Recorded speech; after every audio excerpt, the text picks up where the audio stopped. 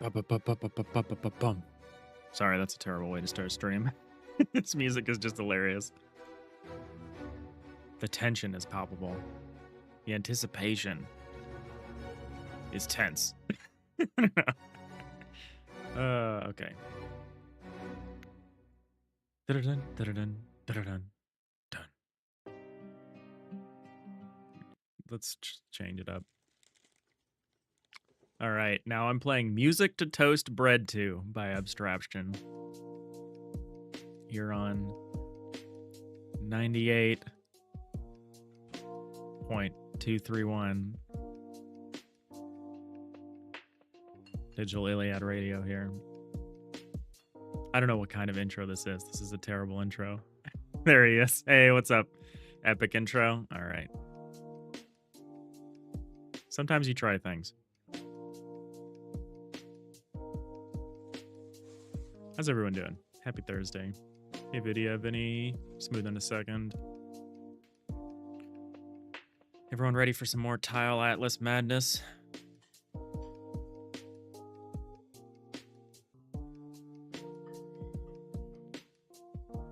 Shapes.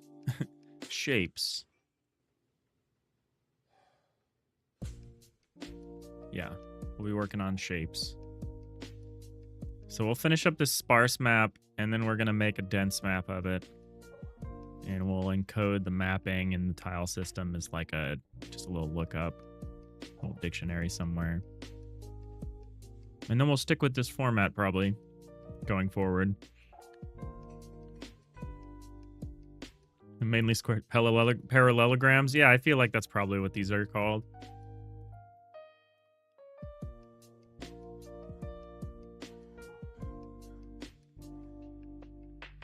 How's everyone doing? Never used Sprite. Do I like it? You use Pixelorama a lot. I have literally never heard of Pixelorama. Pixelorama. Oh, maybe I've seen this. I love that it just runs in the web on itch. That's pretty cool.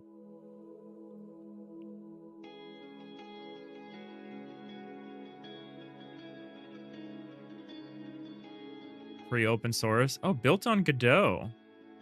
Don't tell me that. If you tell me that, I'm just going to find a way to like embed this at runtime inside my game.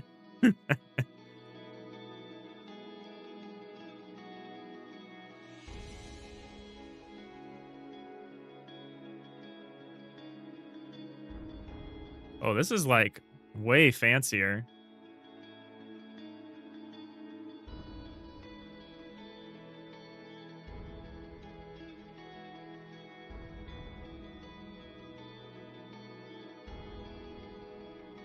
This is like a professional interface.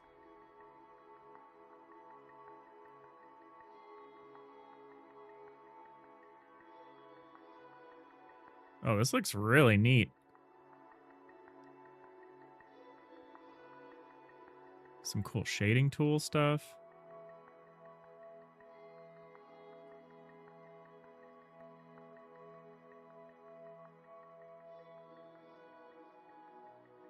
I could probably do some curve generation here. Oh, I like that.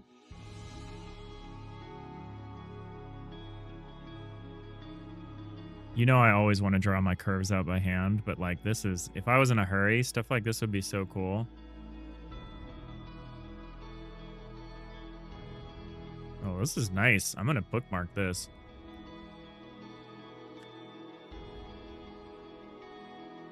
Yeah, it's built in Godot. More modding support. Yeah, like crazy amount. Like, here, just paint your textures in the game.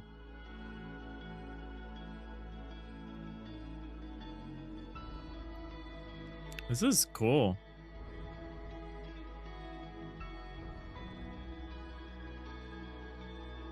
Yeah, I feel like if you were more comfortable with like proper image editing software, this would be much better.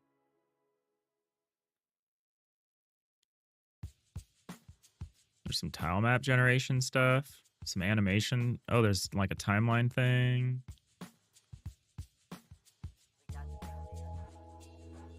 Pixel art. Yeah, this is really cool. Fully open source. Under the MIT license. That's wild. Yeah, we could totally like embed this in the, in the game. No, we're not going to do that. Another one is Material Maker. That one I have heard of. Built into Godot, can export directly into material resources that Godot can use. Nice.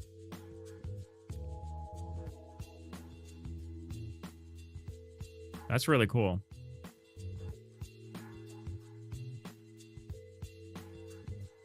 All right, we're going to very quickly iterate through these. Oop. Should probably be on the right layer. I like Sprite because it's just so simple.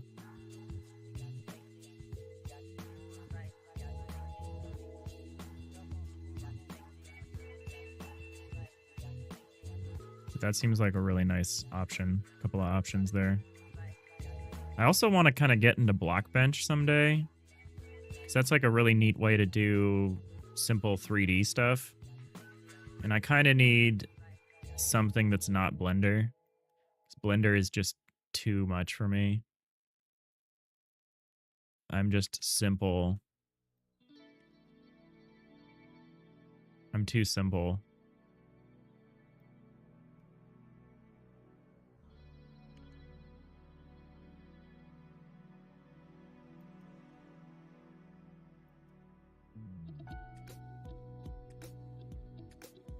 You know, for someone who allegedly doesn't make art, Vigivini, you know a lot about this stuff. What do you do in Blender? I have made an 3D game for a game jam, so I needed to do some stuff in Blender. I usually don't. I'm not super comfortable in 3D. What am I doing over here anyway?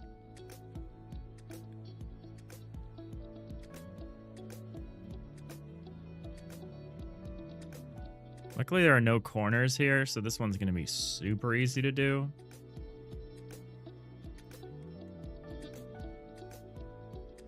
We should have this knocked up in a moment. In mere moments.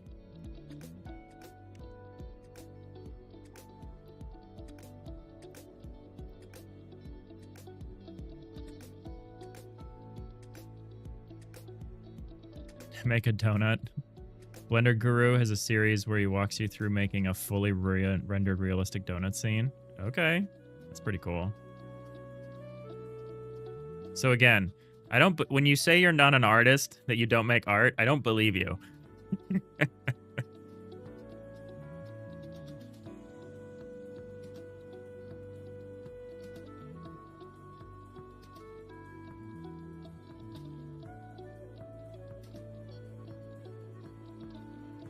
You're in tutorial hell for artist stuff. It sounds like you've tried a lot of things. And you're not happy with any of it. See, I've done the opposite. I've only ever tried one thing. So there's no point of comparison. It's just the one thing that I've tried. And I just keep doing it. Yeah, I have a hard time learning anything if I don't have a very strong reason to.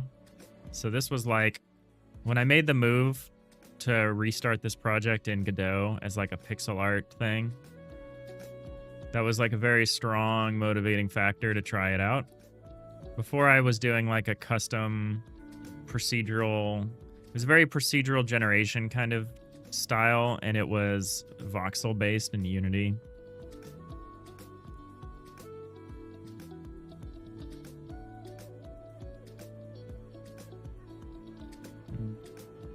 I want to do the light version of this first, this one.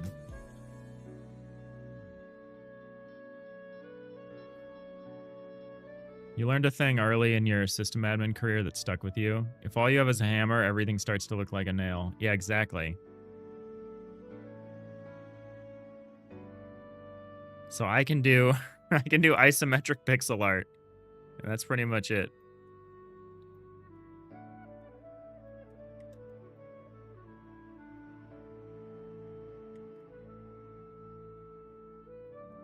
That's kind of also my approach with system stuff, which is why I like ended up doing an ECS, because I was like, well, I like this architecture. It ended up being okay for this project, but like I feel like I would have used it even if it wasn't.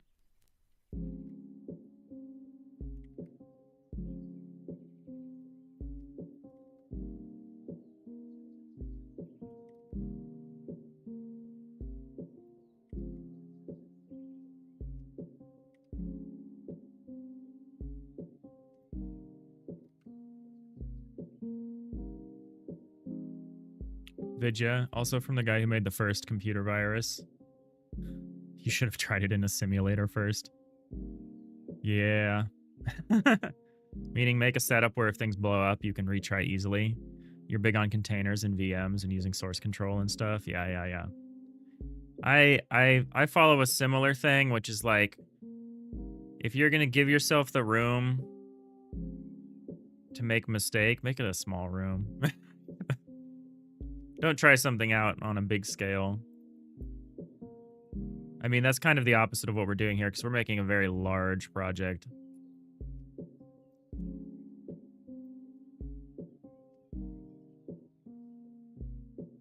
All right, well, this packs. We know this packs very well.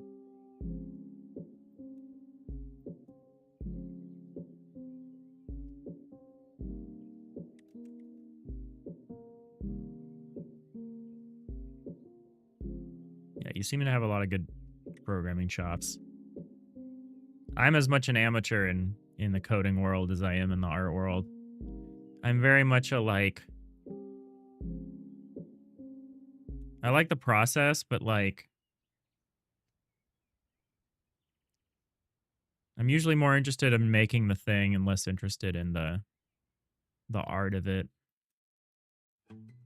Or like, I acknowledge that those are different things. It's not that I'm less interested, it's just like... It's like the whole like, if you want to make a game, maybe don't make an engine. Or at least be honest with yourself that you're making an engine first and a game second. There's a lot of cases like that, I think. Why did I copy this? Oh, I can just do this.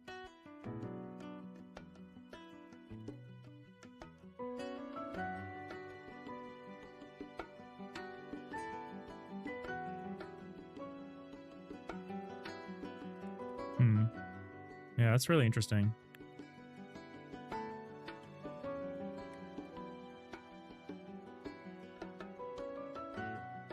I like this music.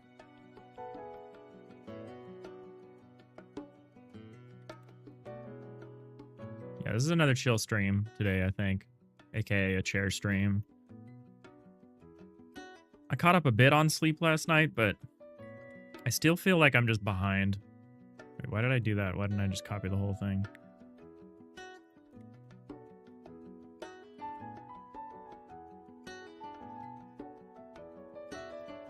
All right, that's it. That was easy, right?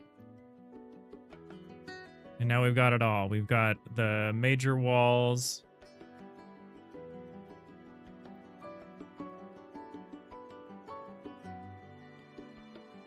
We've got the walls, the major full bulk, as we call them. We've got of which there are 169 unique tiles, which I think we could just pack into a 13 by 13 grid. We might use a different grid because we're going to need to, now that we have this laid out as inefficiently as possible, we need to come up with a dense mapping that's like a little more acceptable. Vidya, are you going to have to make a sprite sheet for every tile type, metal, organic, rock, etc.? TBD, as far as like the long-term workflow plan. Right now, the answer is yes. I'm just going to make these. This is a format that we can reuse, basically, I think, for any block. The only difference is if it's a block that has like that looks different from different angles, we'll need to expand it. So like it would be more, as in you would just have the same thing like 4 times or whatever. Maybe 2 if we can get away with some mirror stuff. But I was more concerned with the workflow stuff earlier, but now I'm of the opinion that I want to just get the final product into the game for a few iterations. I want to just get some stuff in with the format that I like. And then we can look at, you know, making that process easier. Because we talked about it yesterday, that there's a lot of things that we could do using crazy mappings and like intermediate like compile steps. We could do like layer based stuff where we like lay out where the different outlines are and then have something like iterate through them and build. Like we could easily get to the point where something builds the tile map atlas from a much simpler set, from some source art that's more focused on like this thing, like presenting the final, like this is how it looks as a block. Like I can imagine us going from pictures of blocks to tile map atlases with like a procedural workflow, so I don't have to do this all by myself, but we got to at least figure it out first, right?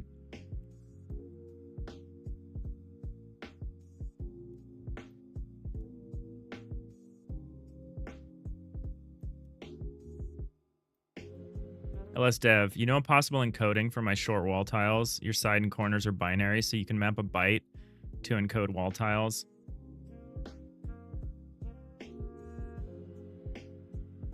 That should also work for the tall ones, yeah? That's kind of what I did. Also, what's up, LS Dev? How's it going? That's kind of what I did here.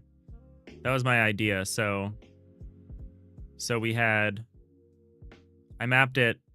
So if we look at the red channel, we have like one, this is, I'm going to call it by the flag, because if you actually did it with bit flags, it would look like this and it would be impossible to see, because you'd have to, because here it's 1, here it's 2, here it's, or it's 1, 7, 15, and 11. That's the red value. So I've mapped it onto colors that I can actually see. But yeah, so I could have this be 1, we could have this be 2, this be 4, and the overlap of, you know, 2 and 4 could be 6. So we could tell, you know. So we could do like 1, 2, 4, 8, 16, 32, 64, something like that. We could definitely do that. And we could do that for the full wall. When you say you've got it for the short walls, were you thinking of like doing the whole block or something in a single byte? That seems hard. But yeah, we could totally do something like that. I think we'll eventually get something like that as an encoding. So you could take like the full image of the thing here and you could just put something like this next to it, and we could have a intermediate, some kind of intermediate system that like looks at this and like looks at this and then samples and then builds out the tile atlas. Something like that. I just didn't want to build that process yet until I had the finished product. I figured I should hand build the finished product, and then I can get, then if I figure out what I want the starting step to be, then we can work out the in-between, right? We can work out how we get there. You would need a short in 16 for tall walls since you have 6 wall edges and 6 corner points. But you could just define the corner points as overlaps of the sides, right? So we could get away with not doing that. So like this corner could just be the overlap. It could be this flag plus this flag. It could be the upper left along with the like top mid. And it could just be wherever these two overlap. That's the flag for the corner. So we could represent it with a single byte. I've thought about this. But no, you're thinking with portals, and that's what we like to see. We're thinking with bit flags, which I'll bit flag anything. It's so flexible. It's such a great space saver to get any kind of encoding like that.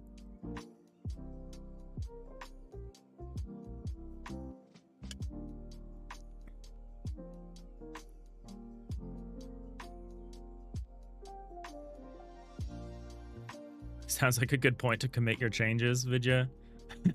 I haven't done a commit in a couple of days. It's pretty bad, actually. Mainly because we haven't been working in the project. This is in like my Google Drive.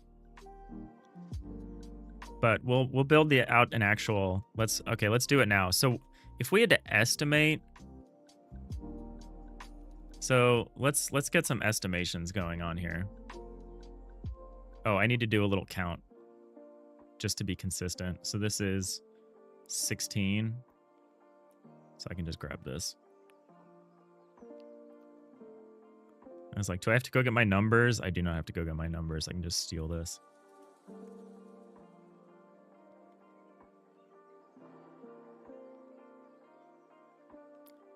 So there's 169 of these in this first section. 169 of these. 47 of these. 47 of these. The 47, someone sent me, my friend Zach sent me a layout that because this is a pretty common mapping, this one, the short wall, which is just all sides and corners.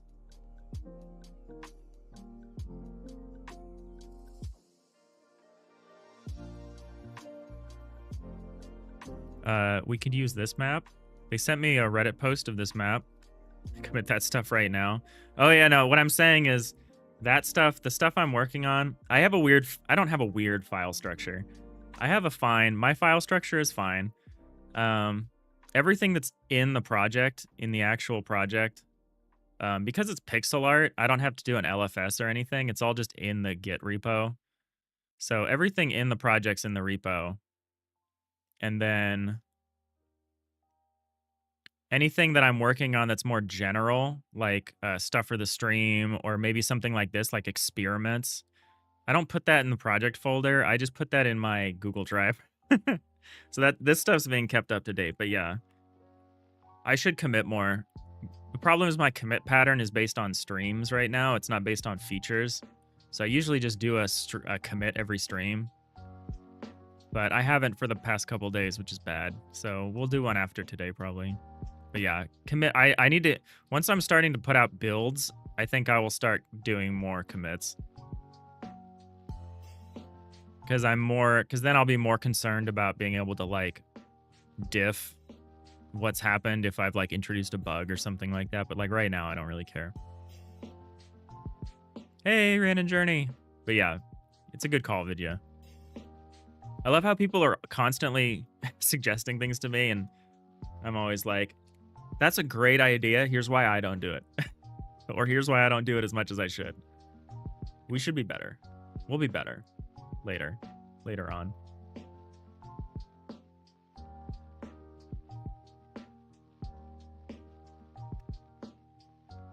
All right. But anyway, so the 47 tile layout, I like this. They sent me a picture, not a picture. They sent me a Reddit page, a Reddit post. This is for the connected textures mod from Minecraft, I think. And this is just how they encode a dense map of all of these different tiles. And I kind of like it. It's kind of nice to look at. I love the way it looks. Ours won't look this slick because ours is in like perspective, and our dense map is arbitrary anyway. So I was like, well, if it's arbitrary, maybe we'll use something like this because this is cool. So I don't know. This is maybe what we'll use for the short walls.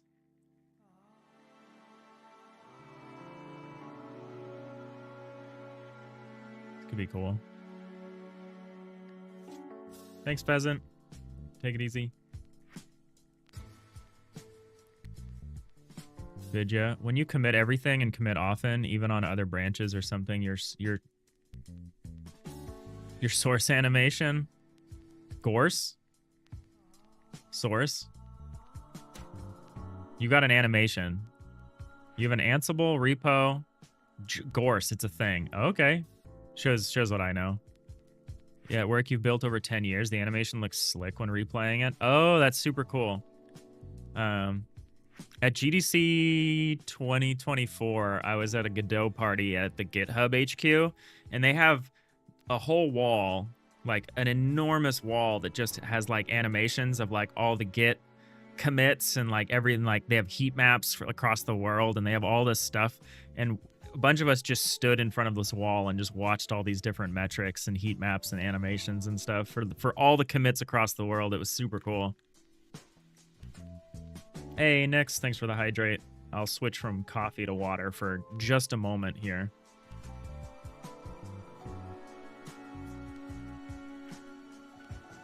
LSDev, the reason you added bit flags for the corners is because of the tiles. You have single pixel corners, like in that CTM image. Yeah, but that would be the result, right?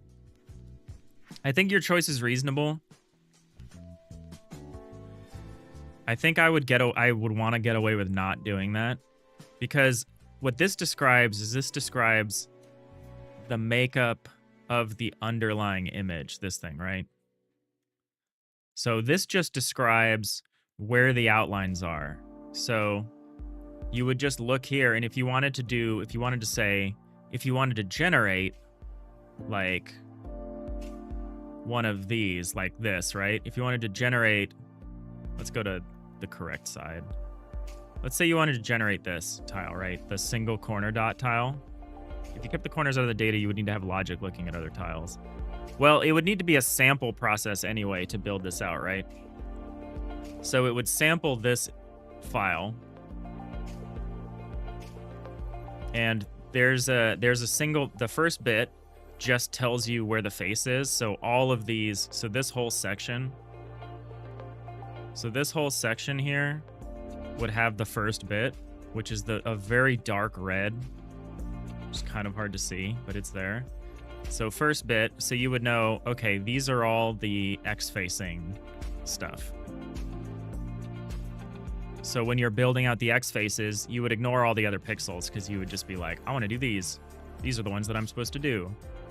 And when you need to start building out all of these shapes, you would just look for specific individual flags or combinations of flags. So we can use flag combinations for this.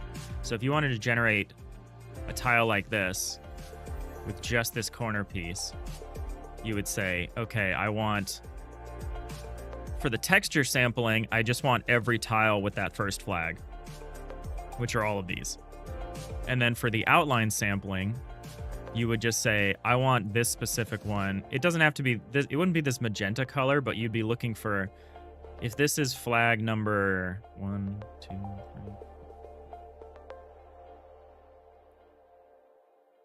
I might have a flag just for outlines overall. So that it might be like 1 for the background and then 2 for any outline. And then we would go like 3, 4, 5, 6, 7, 8. And so it would be the combination of flags 7 and 6. So if a pixel had flags 7 and 6, you would know it would be this corner. So yeah, there would need to be some logic of, you would need to know which flags you were looking for. But that would be okay because the generator would know how many tiles it needed to generate anyway, depending on what it was trying to do, whether it was doing the full wall or the half wall or whatever. It would be an open question of whether you would use the same flags for both. I think you would. I mean, there'd be some wasted flags on this one, but I think it would be fine. But yeah, I think that will be kind of how we'll do this in the long run. My problem is that this is not fun to make. This is not fun to make and doesn't make a ton of sense to someone looking at it. This also has the problem of each of these color choices are actually combinations of flags. And so we need to have a representation of that somewhere because we need to know that. Because we're not going to draw this out because this is impossible to see. This is like the actual flag value. So it's like red 99, blue 35 or whatever. That red 99 can be divided into its constituent flags.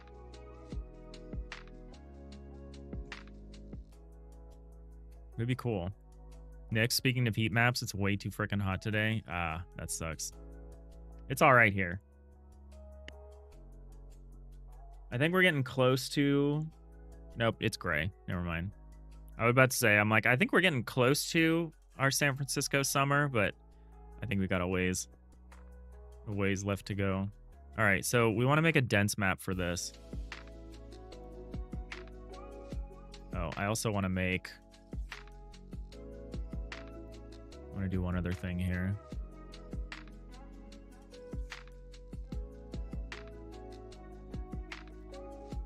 Oops.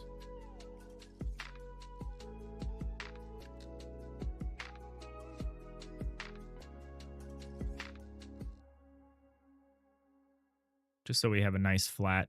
Having the flat color will help us because a lot of our textures are flat. And so having this already in this template, this is kind of going to be our template for now of how we organize this stuff. Until we come up with something better, like we're talking about, like either a flag-based system or a layer-based system where you just have a layer for each. This is less good in my mind. But it for this case, if we were to use layers, I think I agree with you, LSDev. I think I would want a separate layer for just the corners. Because it's harder to do, like... I mean, you could still do overlapping stuff. But I think this would generate something that would be closer to the final product, because it would actually have separate layers for the different outlines. Something like this. I think this would be easier to work with, but I don't like it quite as much. So I don't know, we might still end up doing this kind of mapped encoding thing. Because some modders might want to just reskin stuff and not like come up with their own shapes. And it would be pretty easy to reskin an existing block. Because like we can use this same block structure or the same face structure and just texture these differently, and that's not a lot of additional work. But this is definitely the stuff I'm interested in thinking about right now. All right, so what were we gonna do? We were gonna guesstimate the size of... Let's not worry about that. Let's just make another huge... Let's say 512 by 512. Let's see if we can fit this into that. Probably want to load the low-sat palette.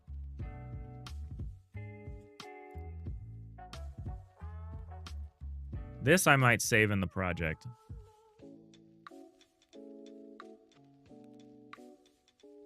I'm gonna call this like, maybe like cube. Because this is for the cube. This will apply for all cubes. The other question is, do I want all of these? So we need these. We need the walls together because the wall doesn't... This half wall doesn't have any meaning. This half wall has no meaning without this full wall. So they need to stay together because the half wall is just a variant of the full wall. However, the floor pieces, I'm tempted to just put these in a separate file because the floor pieces kind of have their own existence. And a block doesn't necessarily need to define both, but maybe it should.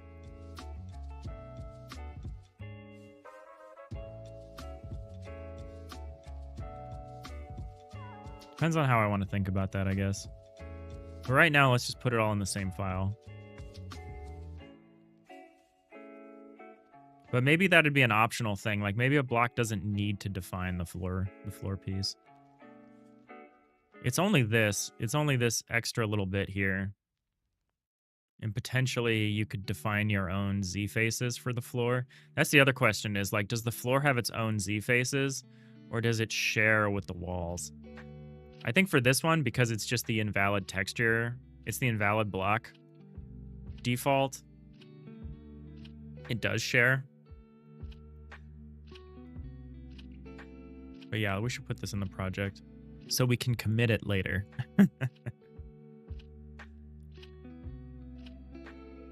Tile, wall.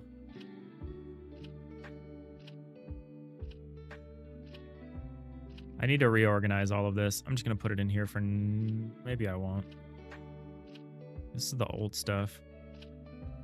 Yeah, I'll put it in here for now. We'll call this, we'll say, hall. Actually, I guess this... Yeah, this is for the hull. Hull. Say cube. Block. Invalid.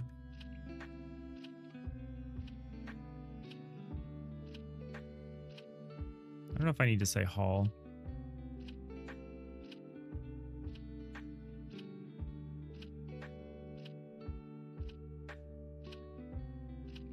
I'll say hull cube invalid.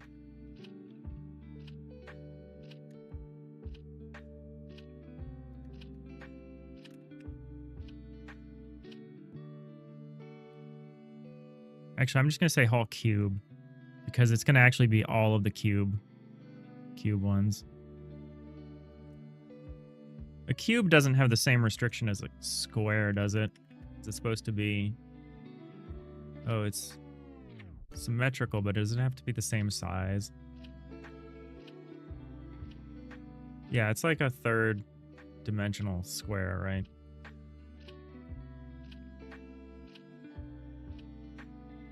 A block of something with 6 sides. Okay, no, that's flexible.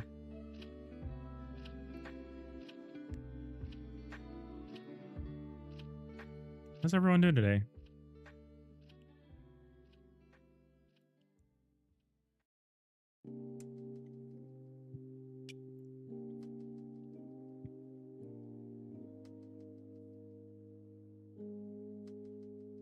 All right, so what we're gonna do... So this could be arranged into a 13 by 13 grid. What I want to do here... I want to put the numbers in here.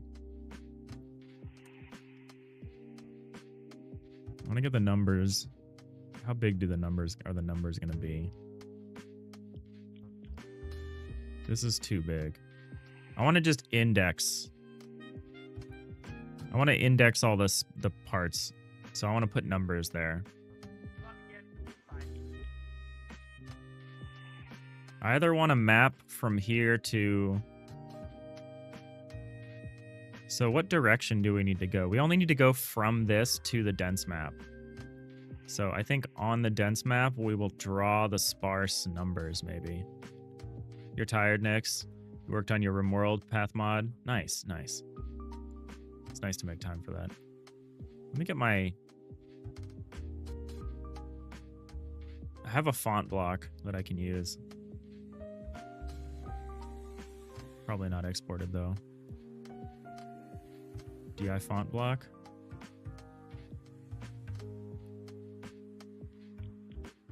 So let's get the numbers out of here. Okay, I need to get both.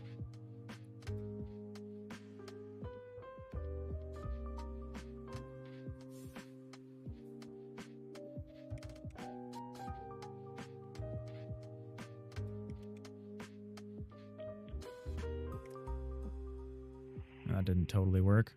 That's fine. Let's put you somewhere I'm not likely to get in my way here. Now I gotta grab the shadows.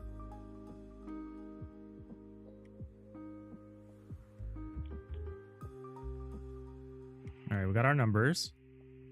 So we can index these.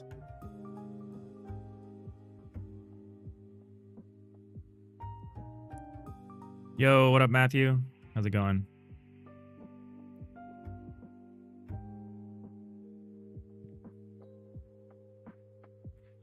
We're continuing the very boring work here.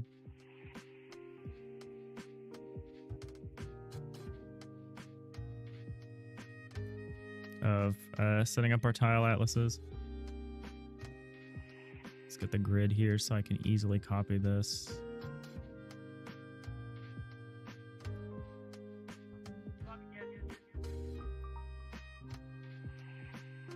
So I know I could do a 13 by 13 grid for these. And I could do for the 47.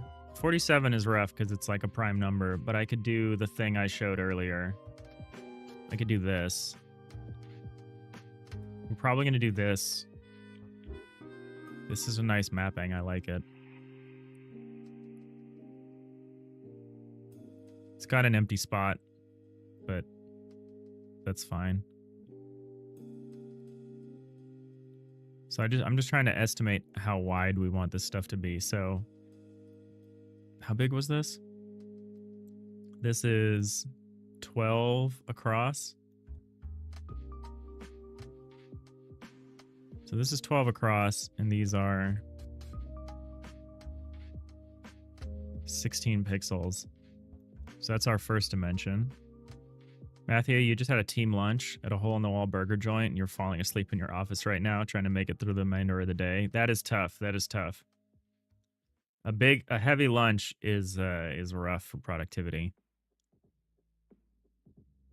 I usually eat a really big breakfast and like a big dinner, and then like I don't eat a lot during the middle of the day. Because yeah, it destroys my productivity. All right, 16 times 12. So that's 192. Let's see if we can get this to as close to a power of 2 as we can here. So this one is 32 by 4. 32 by 4. It's 128. That's nice. Plus 192. 320. So what's 512 minus 320? 192. So if we can get this one around that size, that would be ideal. Actually, I guess it's not. It's going to be pretty big. So these are 16. So what's 192 divided by 16? 12. Okay, so we can fit 12 across here, which is great because this is 12. Right? Wait, no. 4, 8, 12? 12? Okay, that doesn't quite cover everyone. So instead of 13 by 13, can we do like 12 by 14?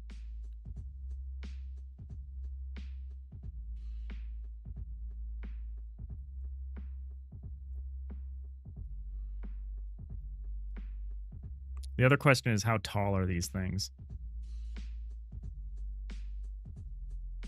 12 is not the best.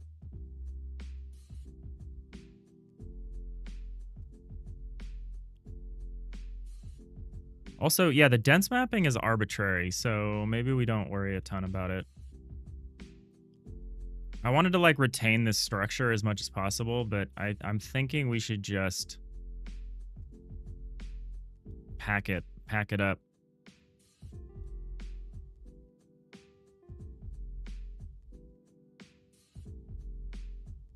So like these 4 we could slide into here. Then we have 4 left over though, and it's like, what do we want to do with those? And then we get to like some crazy stuff down here.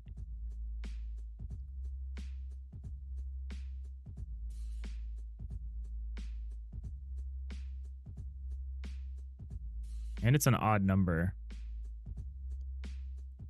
So let's just say 26 times 16. It's 416.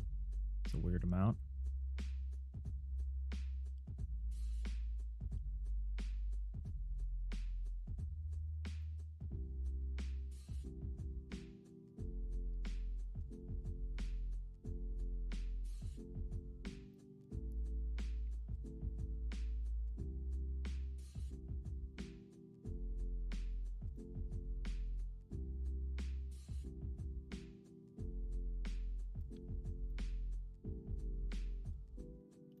I know I shouldn't be that concerned about packing these because it's not that big a deal.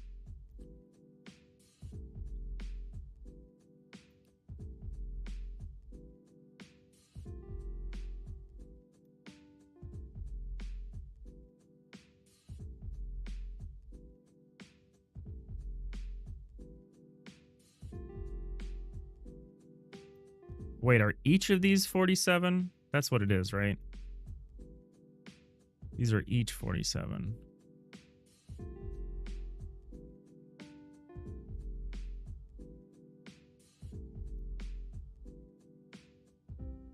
Maybe let's pack this first, just the floor by itself, because this should be easy. And then we can pack the half block wall. Should also be relatively easy. So let's start doing that. So we're gonna use this mapping, I think. 'Cause this mapping is nice. I should probably pop this image out or something.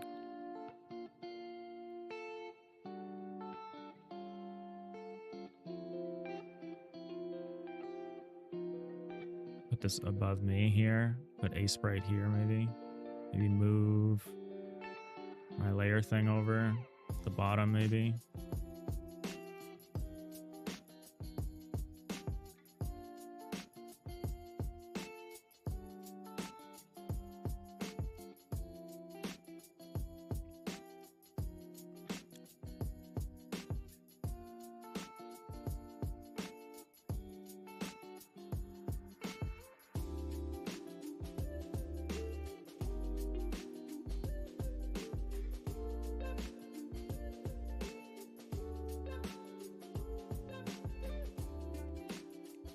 Feel a little constrained. Yeah, this.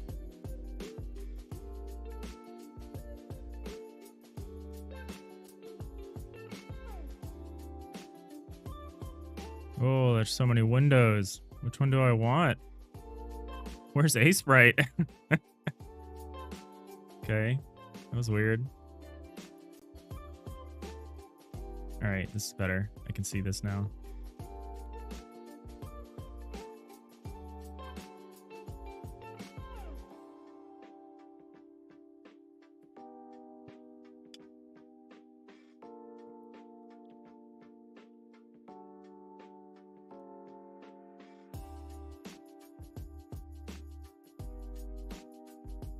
So let's make this, let's say like, make a new layer.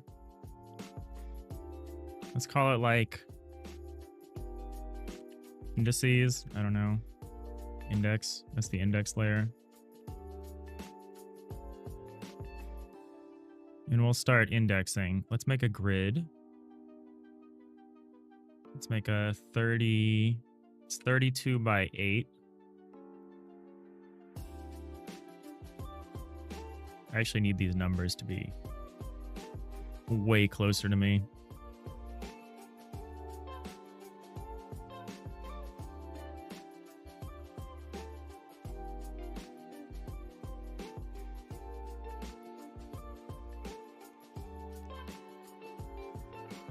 So this is 0. Oh, whoops. I'm gonna copy this whole set into the index layer so I can just move it over.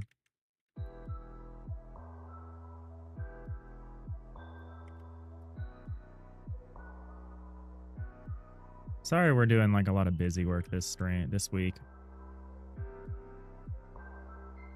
Someone told me you shouldn't feel bad doing the boring work on stream. Like, you shouldn't feel bad showing people the real work. You shouldn't be overly concerned with the work being entertaining, because it isn't always going to be. But it's hard to not at least be somewhat worried about that sort of thing. Oh, wait, this applies right to this. Okay. So we're just laying this out here. Also, this is the wrong grid then. So the grid needs to actually be this.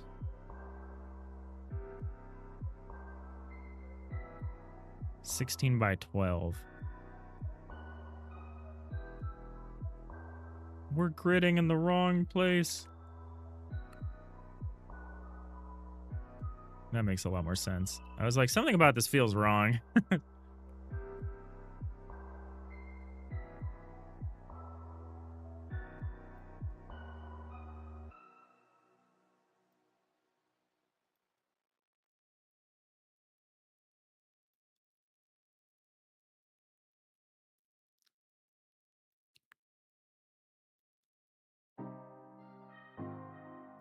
Yeah, hopefully this is an alright place to be, even when the work is boring.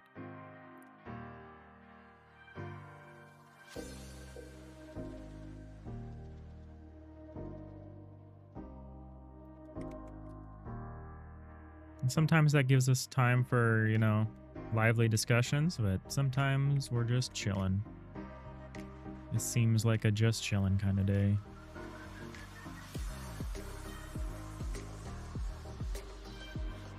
This goes all the way up to 11, I think. What it looks like.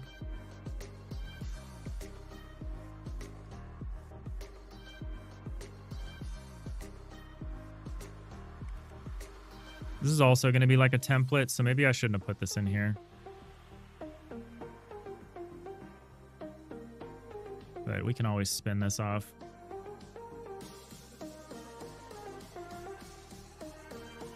Glad I made this font, though. I use it all the time. It's not particularly good.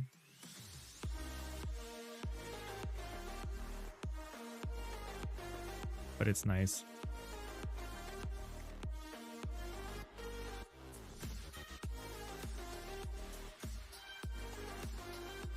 Let's give me a middle line, maybe. So I can see the midline. There we go.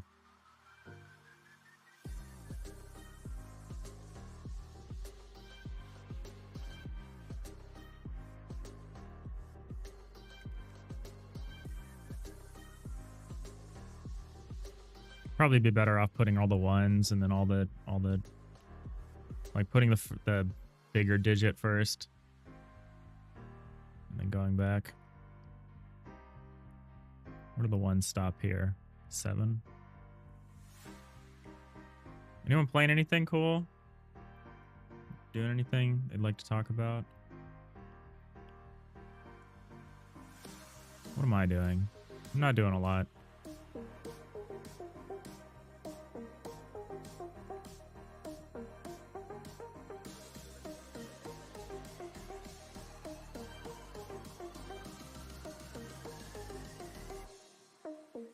Kind of just chilling until early September when we've got a down jam,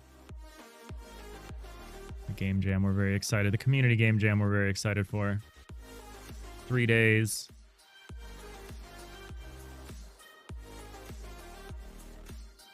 Kind of like pretty much like Ludum Dare rules. I should probably read the rules a little more closely.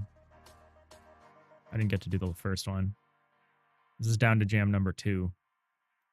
I wasn't able to do the first one. It was during GDC. Or it was technically the weekend after GDC, but for anyone that's been to GDC, there's definitely some recovery time, right? Where'd the semicolon come from?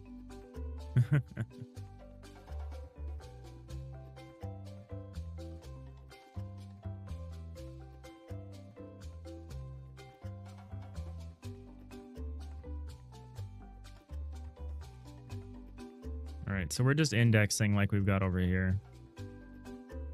Just so I can understand the... Wait, hold on.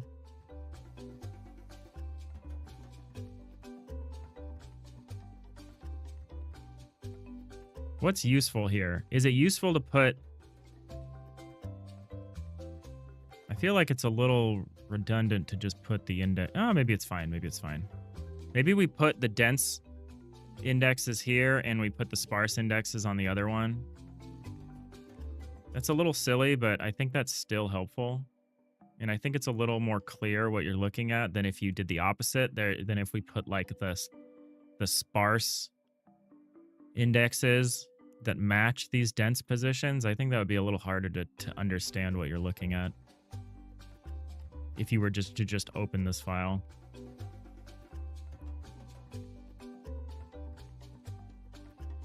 Got our Stardew Valley music going.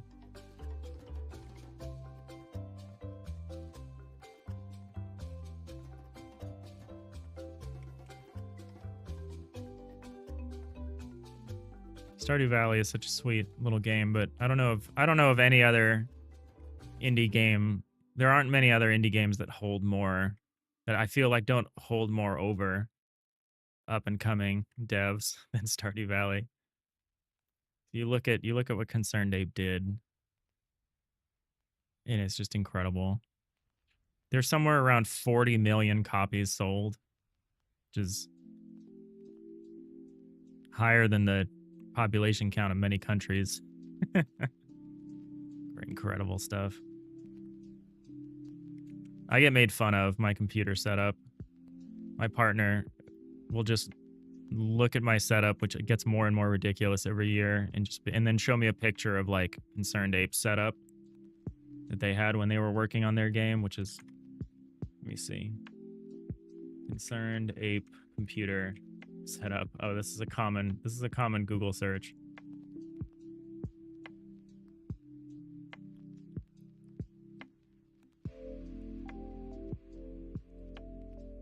Yeah, this is the picture that gets shared a lot. Oh, I just wanted to see the picture. This is all it took. This is all it took to make Stardew Valley. A Wii box, some Edifier speakers that I definitely used to have. I recognize the green trim. I think they're Edifiers. There isn't even, like, the mouse and the keyboard are just balanced on the speakers. This is the computer setup that made Stardew Valley. I'm over here. I should take a picture of my computer setup because it is indulgent. It is incredibly indulgent. My justification is that I'm at my computer 12 hours a day or 16 hours a day, which I shouldn't be, but I am. Matthew, you've never played Stardew Valley? You worry about admitting that to people? Oh, shame.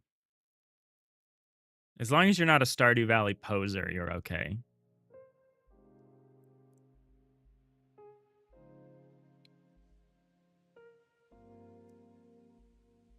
I think at one point, Concerned Ape was able to upgrade. Oh, there isn't even a picture. Here's another great picture of their setup. Let me grab this. Oh man, these are all thumbnails. Give me the actual photo. Dang it, PC Gamer. There we go. The man, the myth, the legend. Look at this, an actual computer desk. Same speakers. Classic game developer hunch. Like, this is the spinal alignment you want to see. This lets you know that they're a real gamer. Just like, I don't know why I got onto this topic, but yeah, this looms so large. All of this looms so large over indie game dev. Oh, is this like a refined? Look at how sick his setup got after the release. Look at how, like, incredible. They got a desk. Amazing. And better speakers. It's so funny. All right. I'm distracting myself.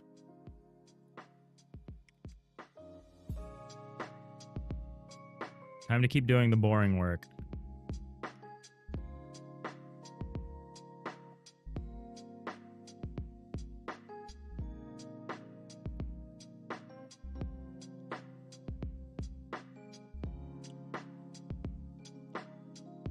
To be fair, that room looks cozy as hell for game dev. Yeah, that's true. Oh. Nix, the worse the setup is, the better you do at game dev, because you'll have less stuff to do aside from work. No, it's true. I get distracted. I'm distractible, because I effectively have 3 monitors. So I have the flexibility to, like, watch something in the background, which you know is going to destroy productivity. Rhiannon, you shared yours in the past. It's indulgent also, but same. You spend so much time in there. Yeah, I think I remember seeing it. It was really nice. Nix, same thing happened with you with Blender. You used to spend so much time in Blender, then you got yourself a beast PC, and you just could not focus on Blender anymore. Oh no. Yeah, multitasking can sometimes be the doom of game dev. All right. Indexing tile maps.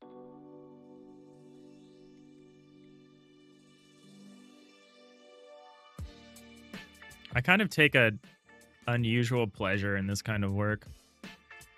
I really like this kind of, like, mindless activity.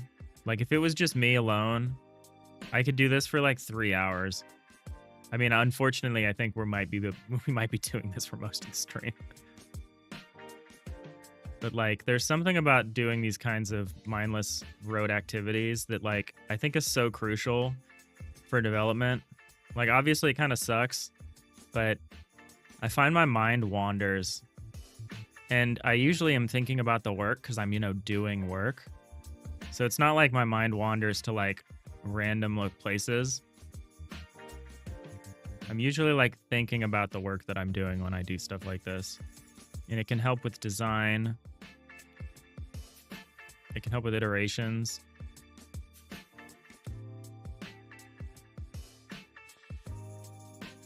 So I think it's good. It is good to do this kind of stuff. Got yourself some coffee and ice cream, Nix? That's amazing. I'm still working through the end of my coffee. As soon as the stream is over, I think I'm gonna go get a tea. I run on like hot beverages. Not cold beverages, hot beverages. That is like my fuel. All right, one more row and then we're done with this part.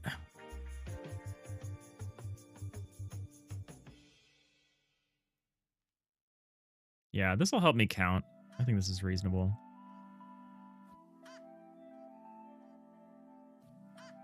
Because it also delineates the specific areas. All right, what's next? 36.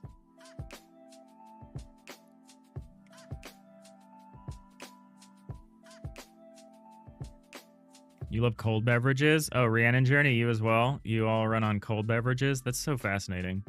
Well, I live somewhere that it's almost never hot.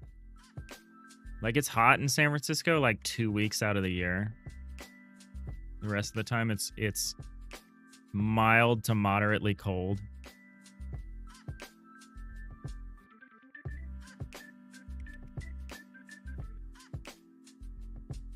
So I think we have like very different beverage consumption habits than like, or than I might with if I lived in like SoCal or something. So 37, 38, 39. Oh, too many threes. Too many threes. Matthew, you're at work with an ultra-wide 34-inch monitor with another 28-inch monitor to the left of it, and you still have me in the primary ultra-wide one, indicating you're giving up productivity post-burger. Yeah, I'll show you my main monitor that I use for work. LG 28 dual up, not curved.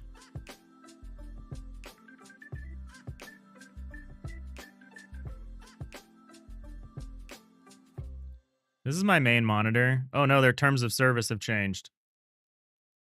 And they want to know my location. This is my primary monitor that I use for work. I have a 4K, like a regular 4K monitor, also an LG, but this is what I use for my day job. And like right now I have Twitch on like the upper half and OBS on the lower half, which also includes the YouTube chat. So I'm using it for the stream for support, but like this it was a game changer for me. This was so stupid. It's so nice. It's two 1440p screens in one monitor.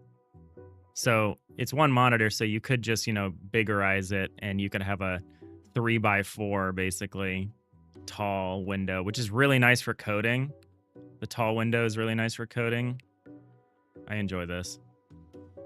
I don't know if I could go back in terms of like any other secondary monitor, because that's my secondary and my tertiary monitors in the same thing, right? You even ever had a vertical monitor setup? It seems super useful. It is depending on what kind of work you're doing.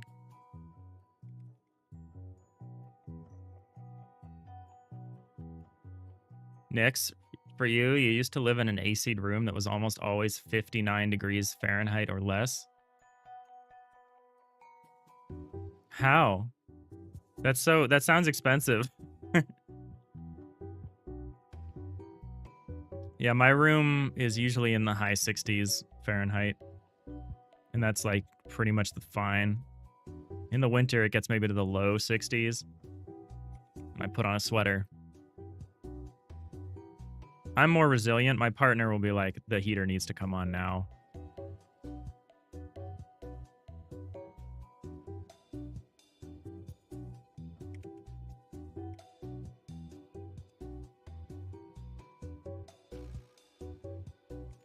This music feels very liminal. It feels like an in-between space kind of music.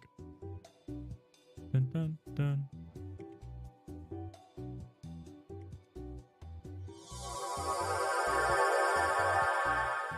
I heart pandas with the 10 months. It's almost been a year. Yes, it has. Thank you. Look at that founder badge. Only downside of the founder badge is you can't see your suite, your badge, your actual badge color, but you're looking good. Thank you. Thank you, I heart pandas. Sorry, you're catching us doing the most boring work possible, which is like setting up a tile map atlas.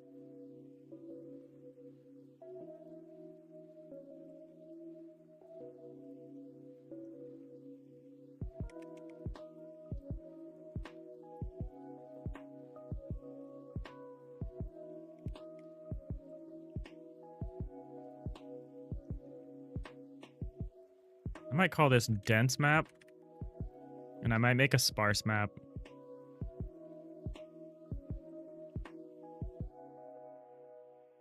So these are the indexes for the dense map, and then I might throw the sparse map indexes on here. I'm not sure.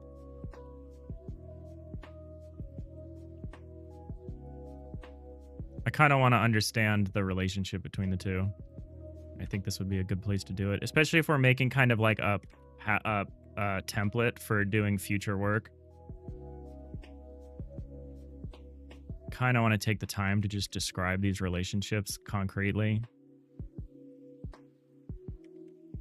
AC's broken at the office. It's hot. Damn.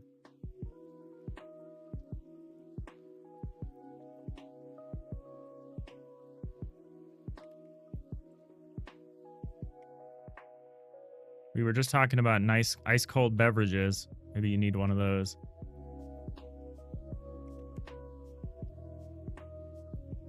Next, you live in Europe. Your buildings are made of brick. It's a good insulator. Oh, yeah, yeah. There's very little brick buildings on the west coast. I wonder why. Oh, we don't need a 47. But yeah, when I was in Boston for GodotCon, I just loved all the brick. It looks so cool. We have aesthetic brick in some places, but there's no structural brick just for earthquakes, I think. We just don't use it here. All right, so here's the dense map.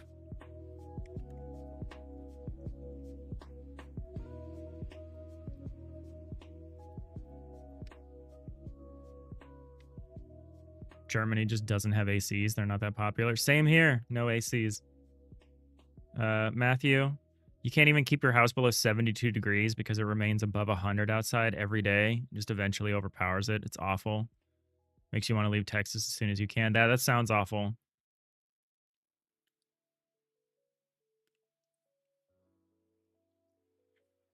And my parents live in a fairly warm place. They recently installed a heat pump because it's both warm and cold. So the thing is, I live right on the coast. I live on the ocean, basically. And the ocean acts as this incredible regulator, which is why we don't have like big storms here, typically. It's pretty much the same. The high of the temperature of the day and the low temperature of the day are very similar, which usually just means the high is low and the low is relatively high. But like my parents live in a valley, so it's both colder at night and hotter during the day. And like that's rough when you're in a situation like that where you don't have the regulating influence of the ocean. So they installed a heat pump recently and they're very excited about it because that does a great job of handling situations like you're talking about, Matthew. It takes a while. It's like a slow process changing the temperature with like a heat pump, but it's very cool. Definitely the future of that sort of thing. All right, let's do this. So what I should do is I should put the sparse mappings here so that we can just copy them over. Is that the smart thing to do? I feel like the answer is yes. But this isn't an index. This is a vector. That's not a significant distinction.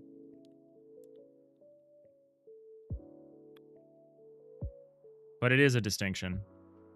So let's make a new layer. Let's call it sparse map.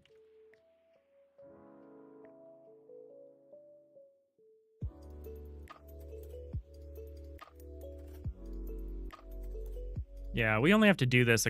Yeah, we have to do this once, and then we can copy it over to all these. So this is worth doing. Nix, moving from a 59-degree Fahrenheit room to Germany, where now it's between 85 and 95 is hell. Yeah, that's really rough. If you're a computer user, that's even worse, right?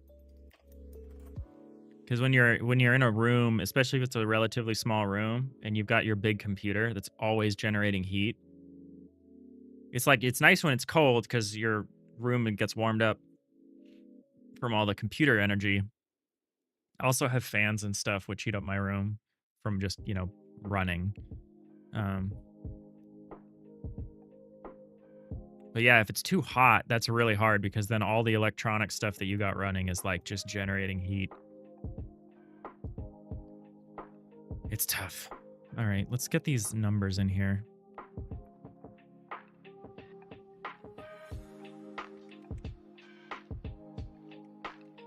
Oh, wait, I was going to put this here so I could just have access to it.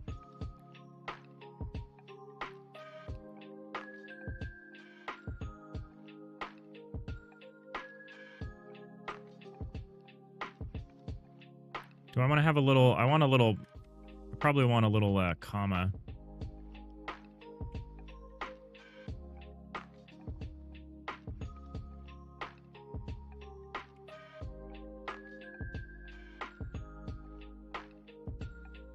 I don't need to put the comma everywhere, but I'm doing it.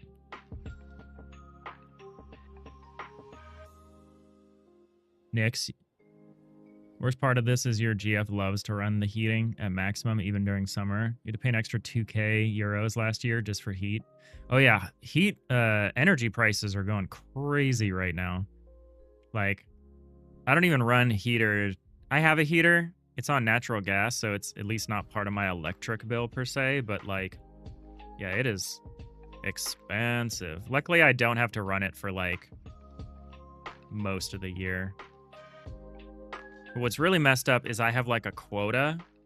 Like the power company is like, it's seasonal too. So it's like, we think in October, this is how much natural gas you'll need. And in, December, this is how much you'll need, which I think for a lot of areas is totally fine and reasonable. But like in San Francisco, it means even if it's just as cold as in the spring as it was in the winter, you have like way less resources allocated to you. So it's way more expensive to run the heater, even if the temperature difference is like negligible. It's really a pain in the butt. Because then we're over here, we're like just dying. But we can't run the heater.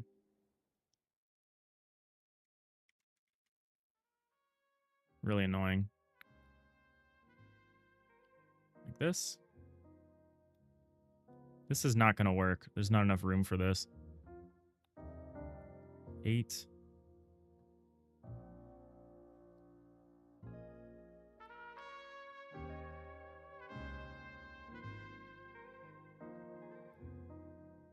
This might work. Because there's room for a second digit for the Y, which I think we'll definitely need. But this is going to be hard to fit all of this info here. Maybe I don't try. Maybe we don't do this. Maybe this is a bridge too far here. Because there's definitely not room here. I don't think.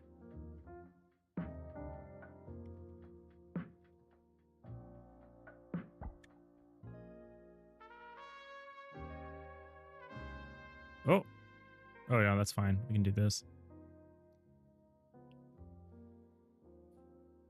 So can I do this? Maybe there is room. Oh, like, not really. Demolix, thank you for the follow. Welcome to boring tile map atlas time. We're working on Digital Iliad, which is an FTL-like being made in Godot. kind of an isometric 2D kind of deal.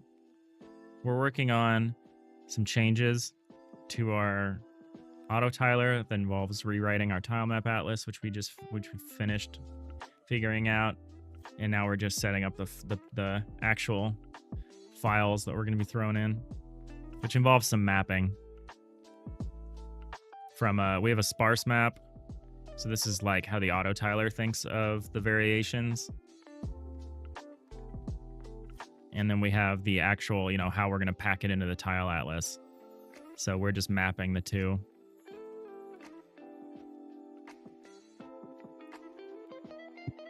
So since we can't fit the sparse map here, I'm just going to rename this index. What we're going to do is we're going to copy these over from here to the dense map. And then what we're going to do is we're going to copy back the indexes from the dense, because we don't have room to list the vector. What we'll do is we'll take the dense indexes from here, the dense mapping, and we'll superimpose it over these. So we will make a new index layer. We're just not going to do anything with it yet.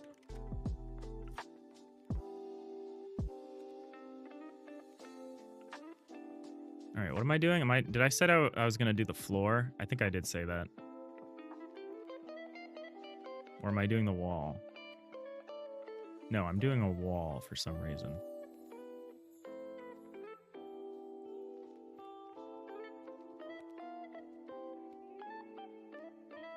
All right, now, so we did that, so we can, this is where I want, like, to open a second instance of this.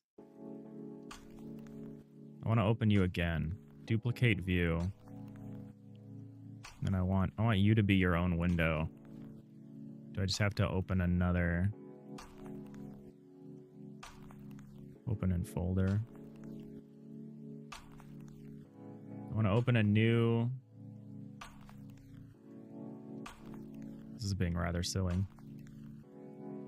There's no split. There's no split view thing here, I don't think. Duplicate view, no. I guess I just try to open a second copy of Sprite. There we go.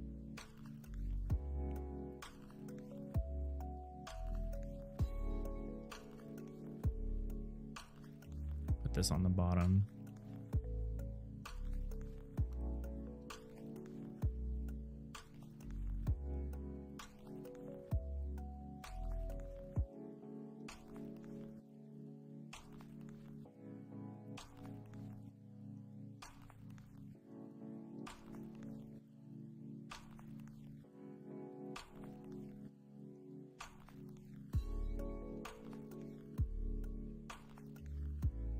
I'm gonna swap these.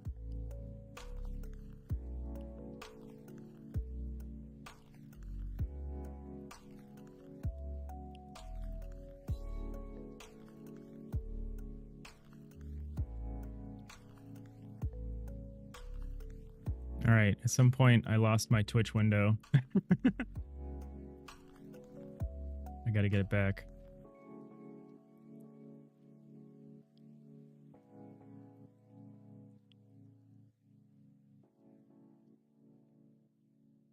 I like that my Twitch window, or the Twitch page, when I load up Twitch, it's like, you're live. It's like, thanks. I didn't know.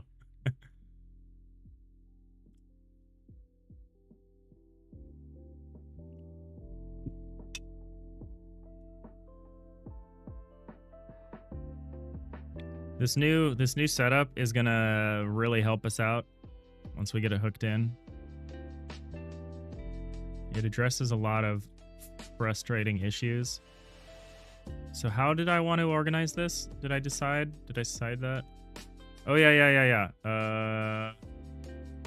I don't have enough windows. I gotta open this over here.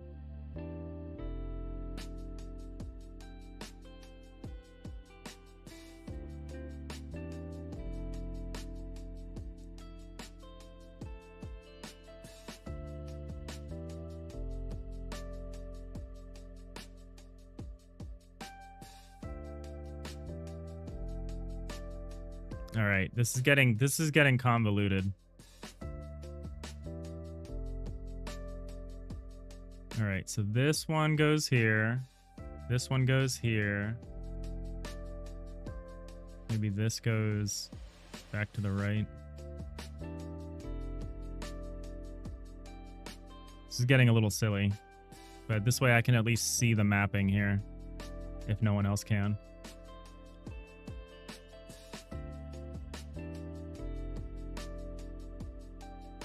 All right, so this one's gonna go here.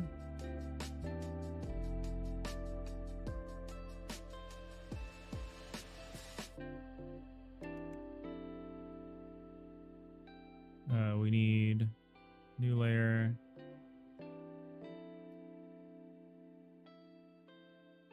Let's say outline. Let's say interior.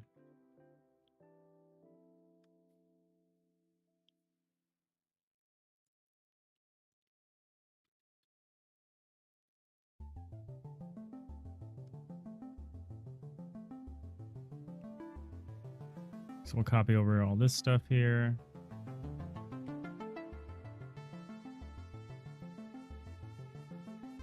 All right, so I'm just copying these over to follow this layout here that we like. Which is first? The index should be higher priority than either of these. There we go.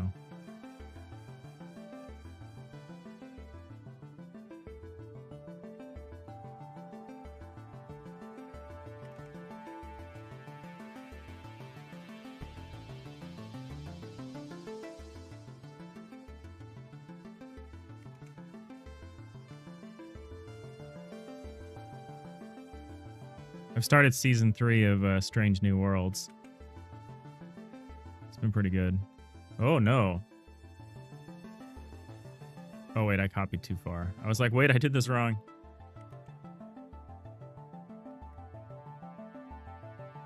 I overdid it.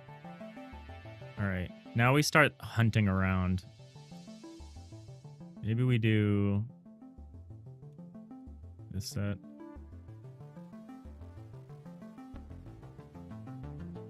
I haven't had to do anything like this before.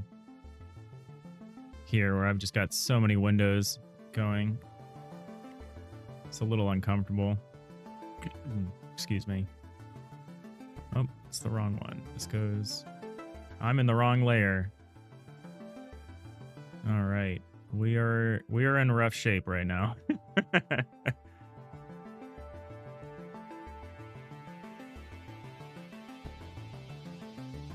I also did it wrong.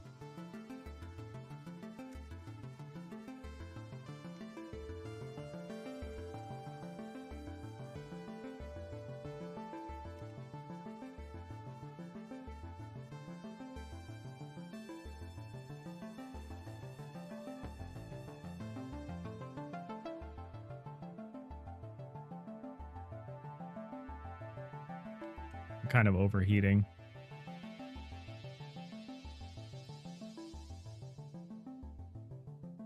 Might deal with that in a second here.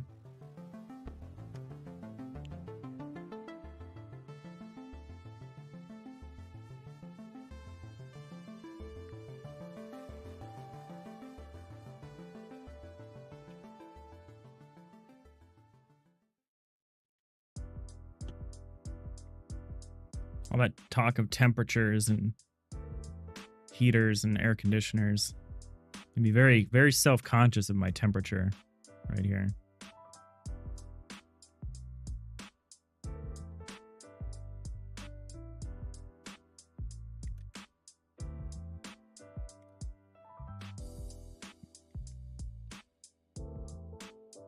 What's happening right now?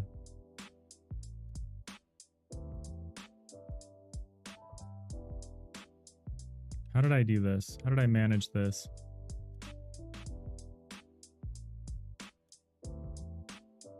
So this is 13 pixels tall. This is also 13 pixels tall. Wait, why is it 13 pixels tall, but it starts out here 12 pixels tall? No, this is also 13 pixels tall. How?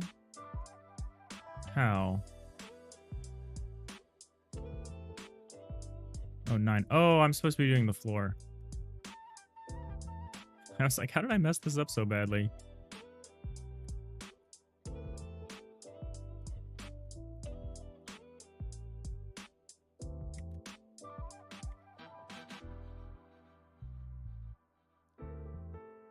It would be nice if it was easier to copy from multiple layers simultaneously.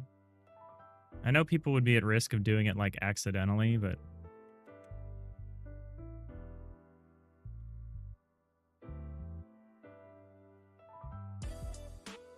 all right, so we got the corner here. So we got 0, 1, 2, 3, 12, 24, and 36. Now I'm going to do this little square thing that I like. And those are all the ones without corners. I should probably turn on interior solid so I can actually see what I'm doing.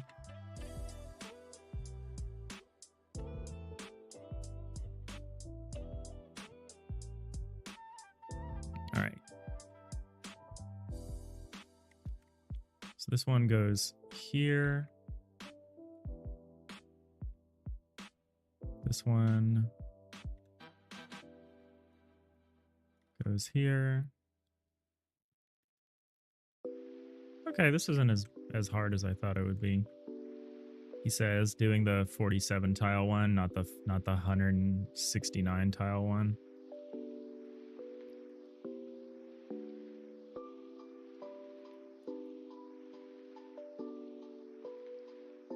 All right, that. Where are the rest of yous?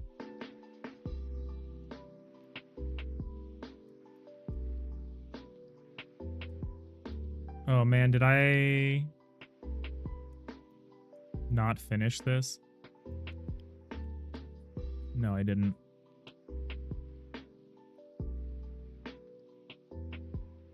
Nope. All right. I like dropped this structure here and then I didn't do anything with it. Oh, wait. Here it is. Oh, I didn't do it here. Okay. So these need to go.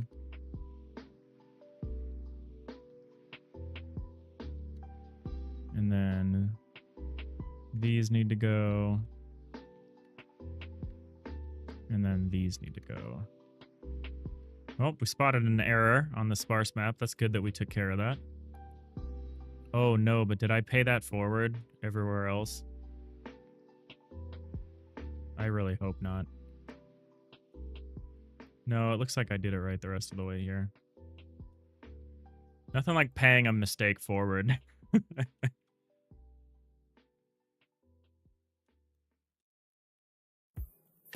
Such that it corrupts everything you work on after that.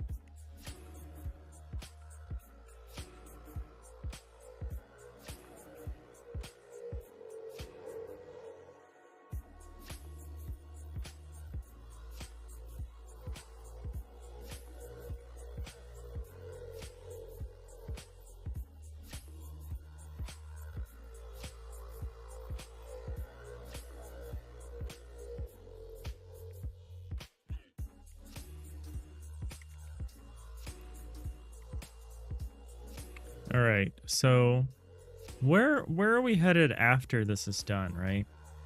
So like, what are we looking at once we've got, you know, a basic set of at least the cube texture maps in there?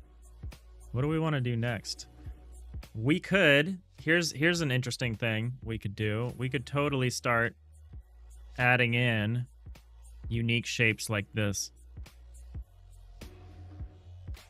And this, because I really want these some of these shapes in here, because otherwise I don't feel like...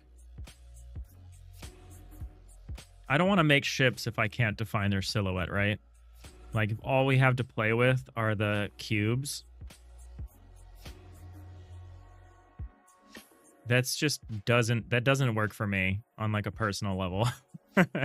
I need to be able to define some of these. So I think I want to at least add support for maybe this first set of 4 wall differences. The other thing is we have some that are like made using the combined. So this is like a wall and a floor. And if you combine them together, you can then make a slope like this.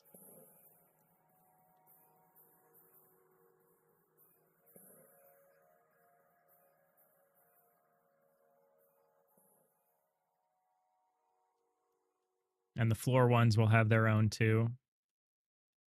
So right now I've designed basically 4 objects for each block combination. So like just walls has 4 additional curved objects. The walls plus floors block also has 4 additional objects that all look different under different rotations. And just the floors also have that.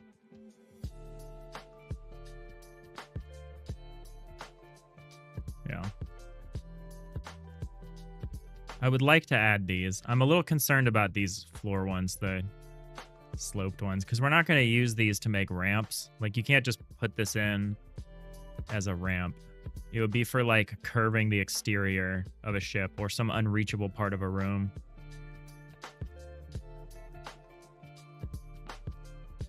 We're also eventually going to need to worry about the zoomed out tile map variation.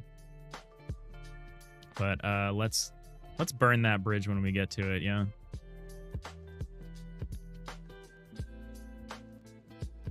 But yeah, these are the kind of thoughts that doing this kind of busy work helps with, because you're just kind of cruising along doing something like this, and it's nice to kind of unfocus your eyes and like kind of think about, okay, what's after this? Fire.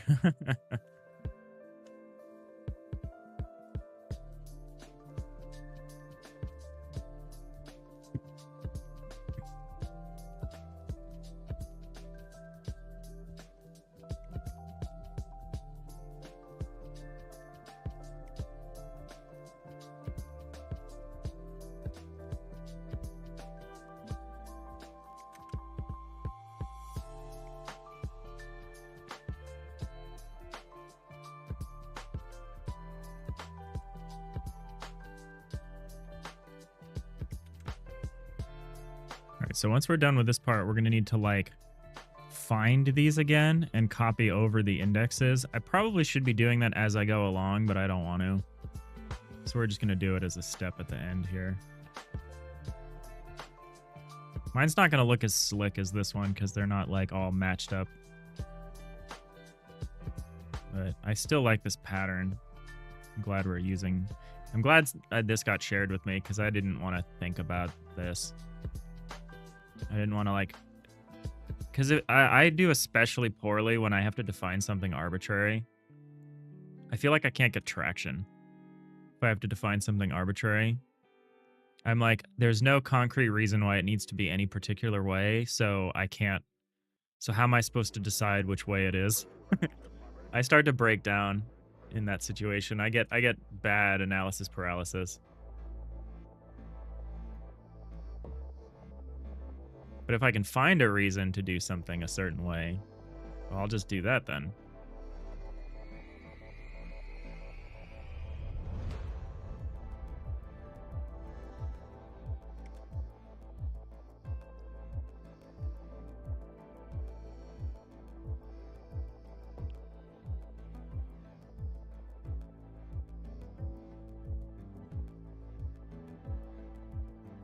Flip a coin. Hey, Arneo. Yeah. I essentially need something like that, but I need...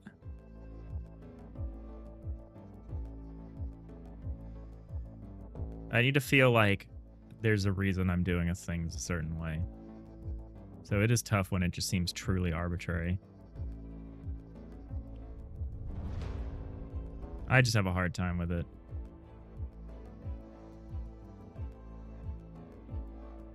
How are you doing, by the way? I'm sorry when I ask people that question 2 or 3 times. Streamer brain.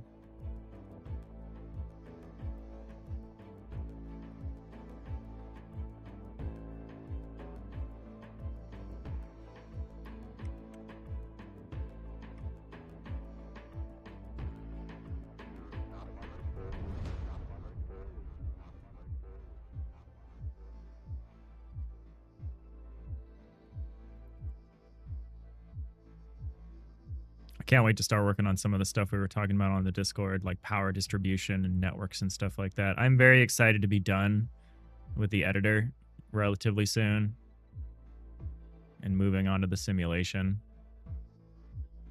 I'm very excited to be working on that part. It's going to be tedious, at least early on, because we need to like come up with our pathfinding solution and stuff like that, but like it's going to be glorious. Let me turn the indexes off for a second here. This looks mostly correct.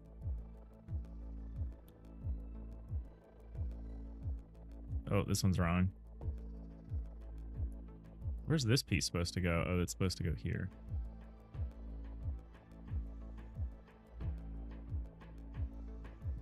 It's almost like a puzzle. All right, where's the piece I was looking for?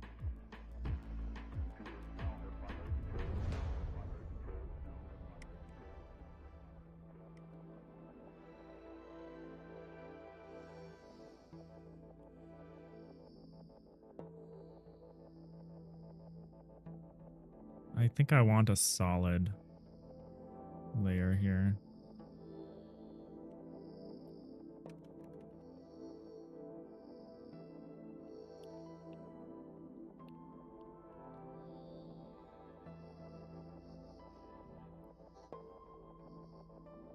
I think I'm going to put that in here so I can... Also, the outline should go over that.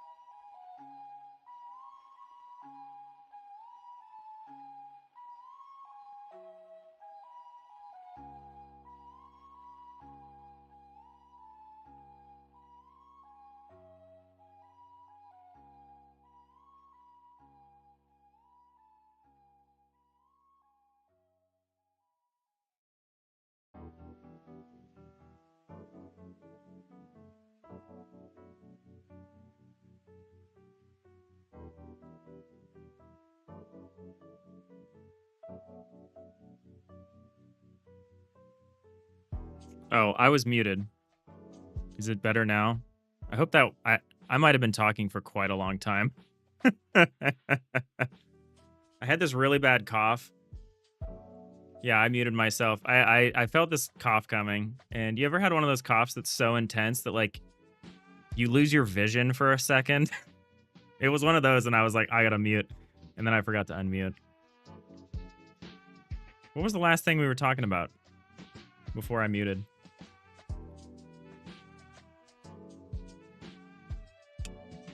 I'm being a bad streamer today. I'm being boring and worse than boring.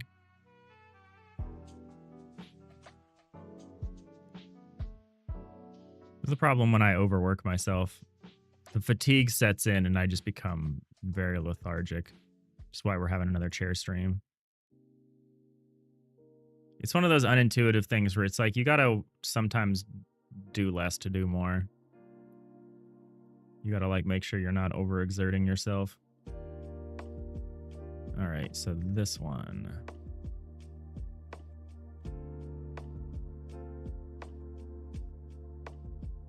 Arneo. No, it doesn't sound healthy. It does not.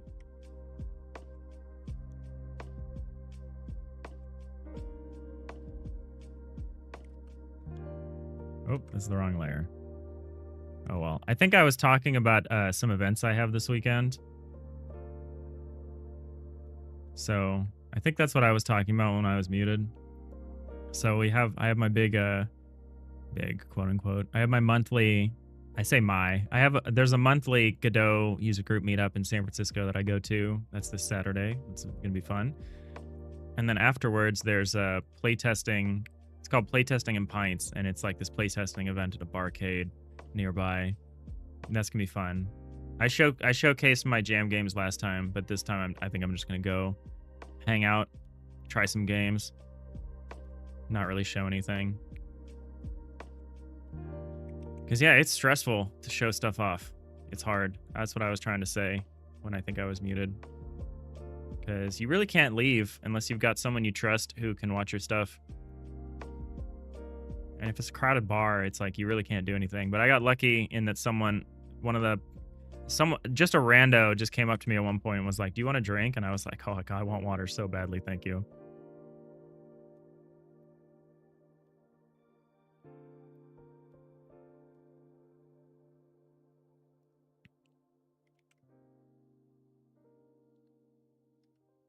Oh, man, I'm on the wrong layer again. How much work did I just do? Okay, not a lot, thank God. If I had a nickel for every time I was, excuse me, every time I was on the wrong layer, you know what I mean?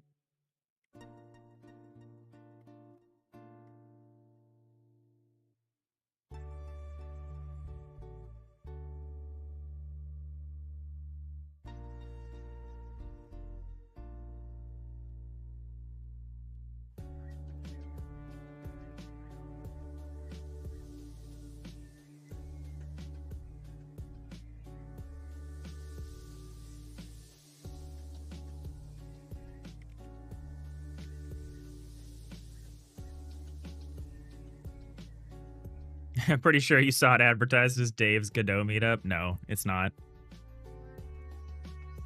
I try to help the main organizer out as much as I can, but it's run by someone else, which is good. I don't know if I have time to do to give it the attention it needs. But they're great. They're in my Discord. They've helped out some other people. I roped them into helping some stuff. Zach, they're great. They sent me this texture map thing that I'm using that's in the bottom right here. They're like Minecraft experts, and they saw me working on this, and they were like, I'm pretty sure that's just like a thing that already has a few definitions that you could just use. And I'm like, sweet, because yeah, I don't need to redefine the wheel every time, right? All right, so now we're just corners for a second here. This mapping makes a lot less sense when it's skewed like this. Where is this particular combination? I don't see it, which is concerning. But I have to have one. Oh, here it is.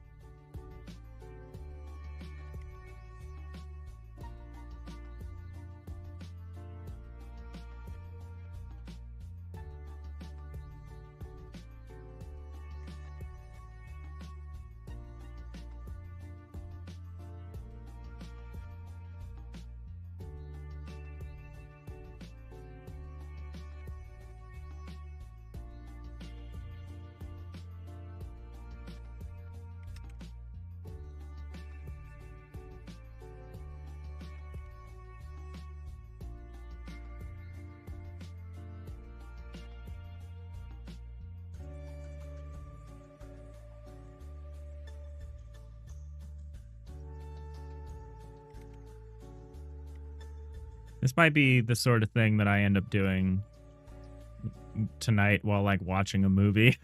This looks like this process is going to take a while. It should be a lot easier. So once we do this mapping once, we can copy the index numbers back from the dense map to the sparse map. And most of these use the same mapping. So like I can use this mapping 4 times, which should at least knock out most of the work pretty easily. Rhiannon, this has nothing to do with anything, but one of the greatest benefits of working from home is being able to walk over to your kitchen and make a batch of chocolate chip cookies. That has everything to do with everything.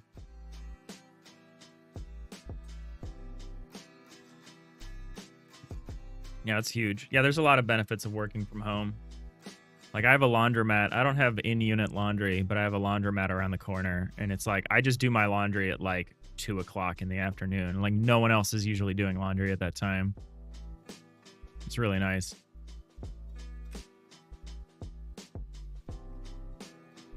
And it's a safe neighborhood, so I just like get it going, and then I don't have to come back for like an hour.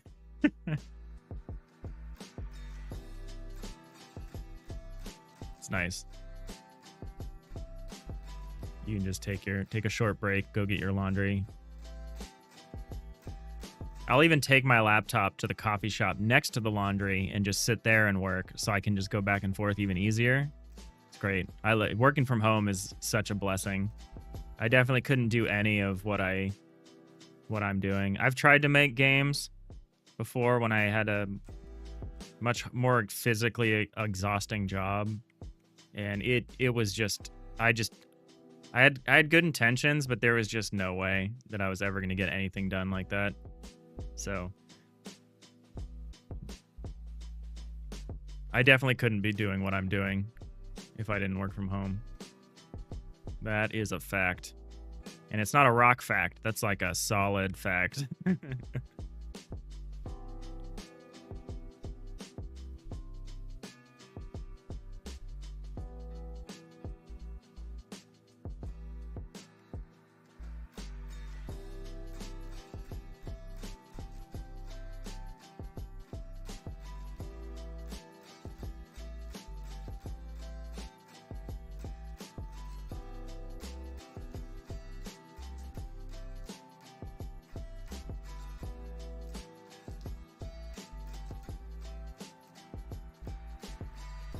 Nix, you usually do your own laundry at 1 to 2 a.m. as you usually forget about it till late. I don't quite do that, but that sounds fine. If that works, great. Oh, it lost. Why does it lose the window sometimes? There we go. Loses track of these windows sometimes. I do love the split window, the Microsoft split window thing. I thought it was funny. I actually had to update my work laptop to Windows 11 just so I could make use of all of the different split window options that they make available. Some of them aren't available in Windows 10. I was like, for real? That's crazy.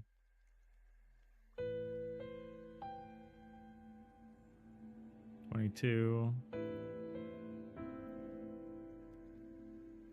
You know, I could do like some simple stuff here where like I could make an illustration like this map of like thick lines to make it like really easy to see what should go here. I'm like kind of tempted to do that. In which case I really should just make a template.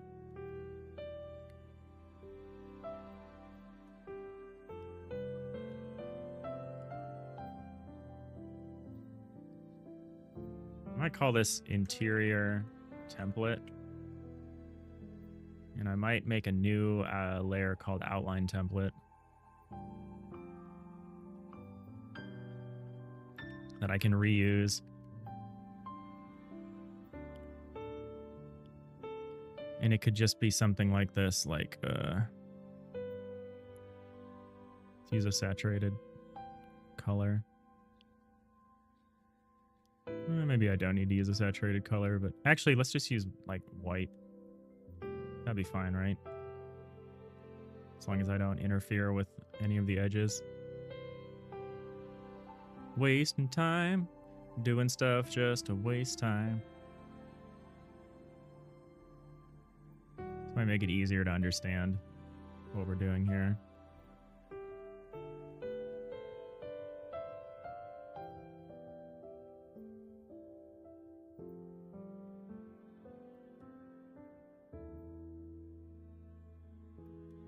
Oops.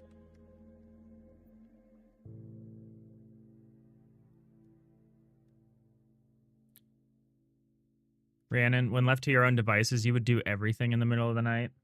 Nyx, doing stuff during the night is a lot more peaceful. So much less peeps that want to bother you. Yeah, that's what I heard. That's like, I've heard Pirate Software say that they like do their grocery shopping at like midnight. They'd like go into Walmart at midnight or something like that, which they're already like a night owl. I'm not. I have a problem at night. Like, I wear glasses and I sit at a computer, so like I have eye fatigue issues. And once it gets after like 11 o'clock or so, like I like straight up can't see things anymore. Like my eyes just get dry and they get tired. And like I've come to accept the fact that I am like a morning person. Like I'm unhappy when I wake up in the morning if it's early, but like I get over it so quickly.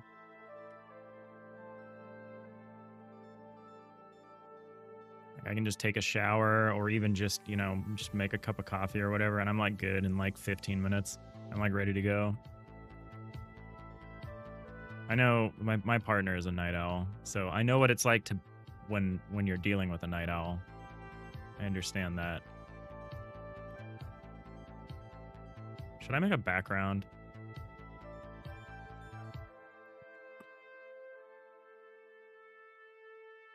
I don't like that though. I want like just a nice color. Here we go. So yeah, we can just draw. We're just gonna draw out this thing that's laid out here underneath my overlay. And that way we can at least, when we copy this part over, we know what should go where. It's gonna be a lot easier to see. I'm tempted to like double outline things, but there isn't space, I don't think. Oh, maybe there is space. No, there isn't. It's an odd number. Or there isn't space here, I should say. I might double outline the corners, these corner pieces. Like this. So they're easier to see. Maybe I can do like this.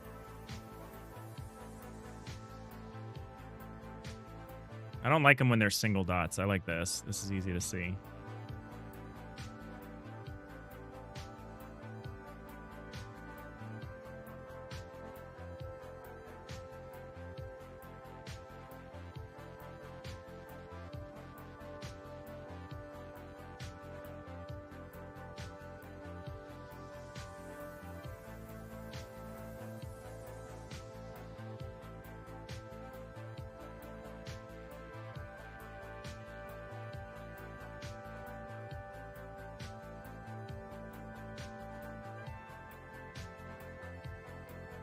You know, I find I'm actually getting more anxious about like the entertainment factor of the stream as it gets bigger. I thought I would get less anxious as I like got used to it over time. But YouTube has started like last week, YouTube we were getting like 600 views per live stream, which is like huge for us. And then this week it's more like 60. And I don't know what to do with that. I can't change what I'm doing. Like, I can't just change what I'm working on. I guess I could try, but I probably shouldn't. But it's just weird. The algorithm is fickle. And yeah, the work is the work, I guess. Can't really, you can try to change the work to try to take advantage of moments like that, maybe. But that might not be the best thing to do.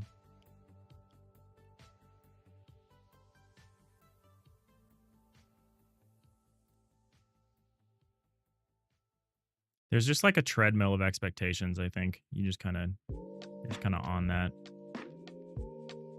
I don't know if there's much you can do about it. Unless you truly don't care about other people's opinions.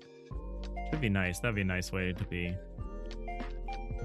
Okay, I like this better. I can actually understand what I'm doing here now that I've like diagrammed this out a little more. I want to do more of these nice little blueprint diagram things. We were talking about it on the Discord. I'm kind of notorious about not taking notes and not writing things out. I don't like commenting stuff. I do all of these things that hurt me in the long run because I can't remember all this stuff. In the moment, you're like, I won't forget how this is, or why this is, or where this is. But, you know, you give it a week, you give it a month, you give it a year, you come back, look at something, you're like, what is this, and how, and why? And wherefore art thou?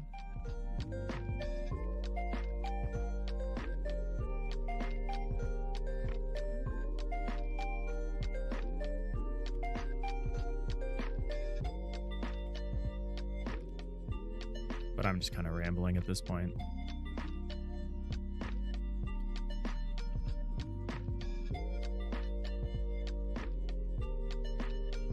That performative pressure.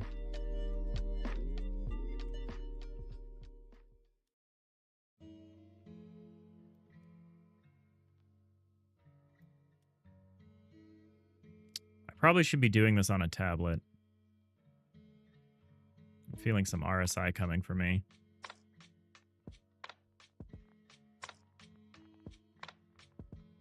Do I want to try to do this on my tablet? Maybe not right now. I don't even know if the tablet would work. Got my tablet set up for my laptop. But I'm sure it would be like, oh, Wacom needs to restart your computer before we're going to be able to read your tablet. And it's like, oh, great. Maybe I'll just check it out off stream, see if it's good to go for next time. When you feel the RSI coming, you should do something about it. You know?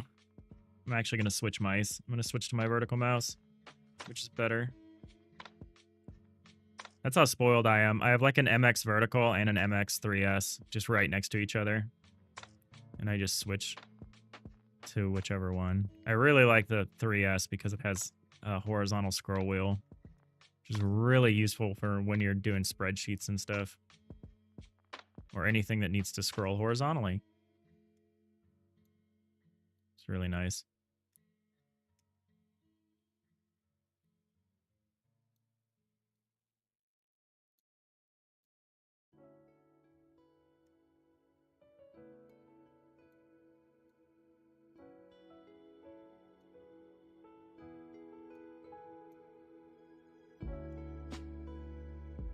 Okay, I think that's it. I think I've successfully diagrammed this out.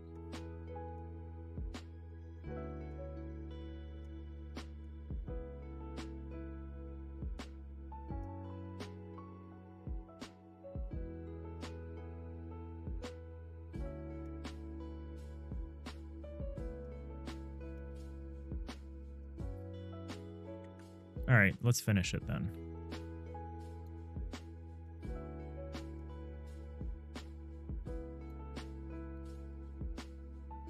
Can I actually see what I'm doing like this? No, I cannot.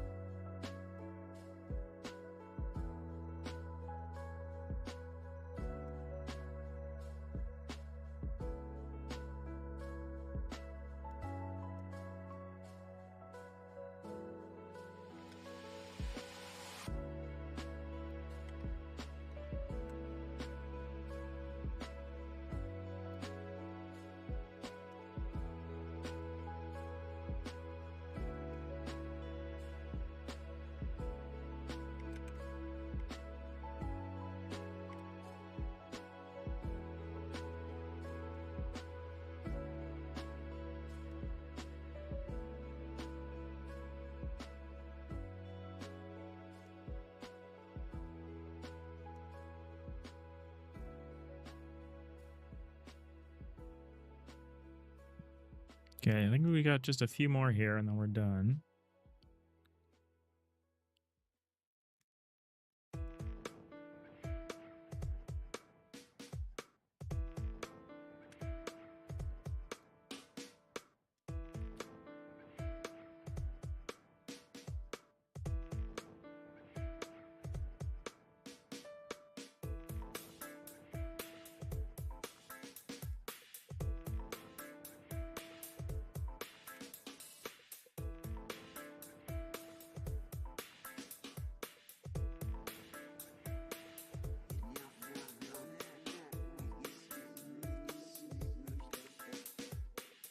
All right, so I think this is it.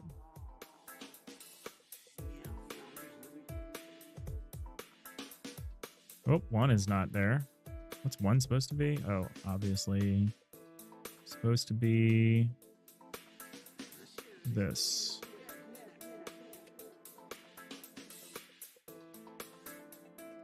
Is everything on the right layer at least?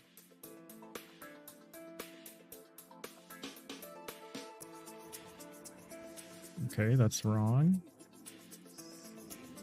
This got in here somehow.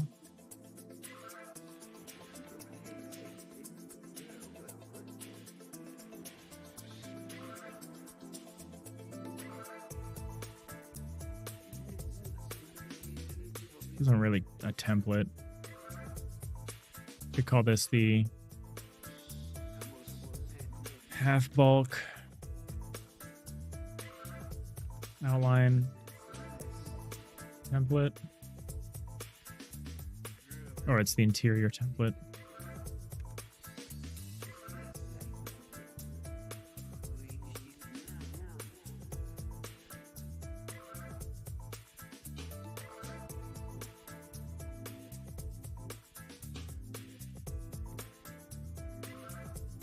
Should probably have named this like bulk cube or something like that.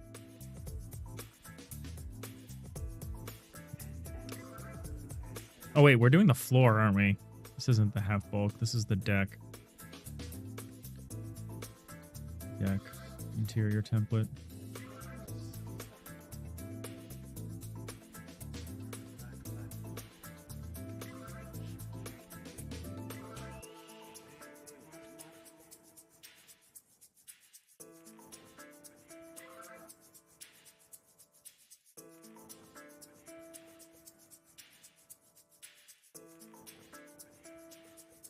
I call this the outline guide. It's more of a guideline.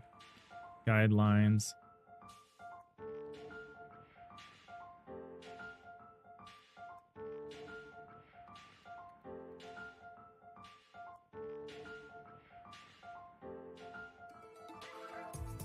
All right, well, we did it. So, oh, this is on the wrong layer.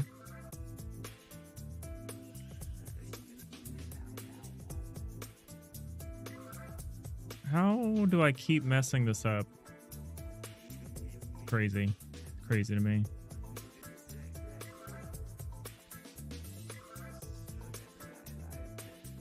Get everything else now? All right, everything else looks good.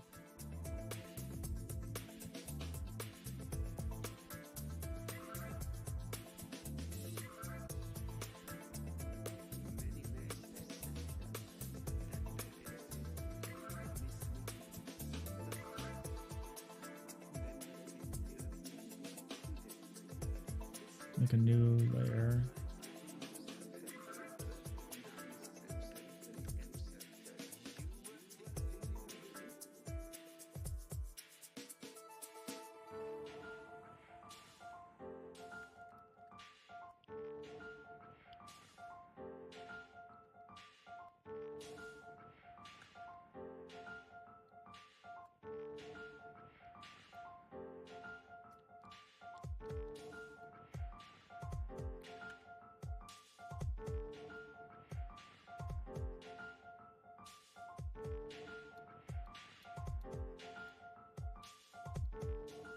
I'm gonna grab this outline here.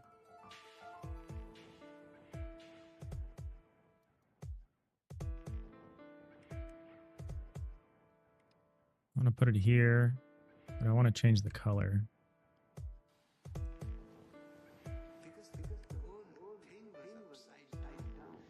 It should have been non-continuous. There we go.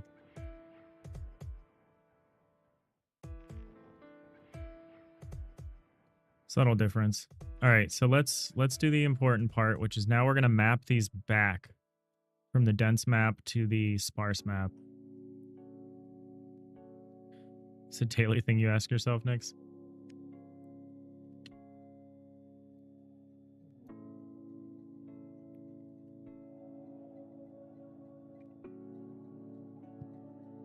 All right, so I think I can close this guide now because now we have it in place.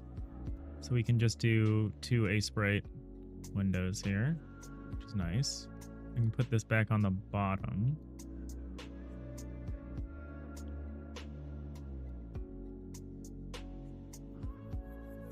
Something like that.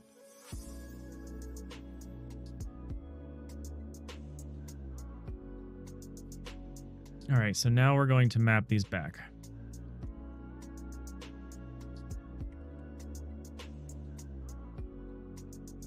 Let's get the grid going here.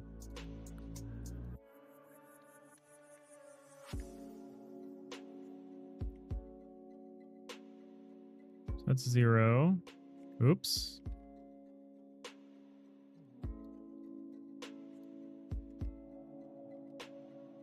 1. Oops, 1. Now it starts to differentiate. So this is actually 3. This one's 2.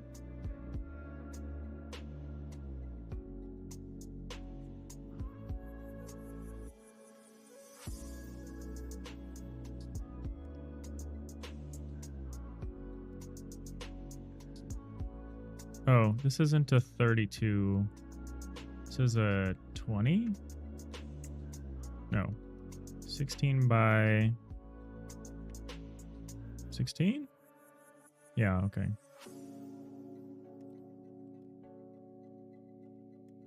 We're compressing this down as much as possible.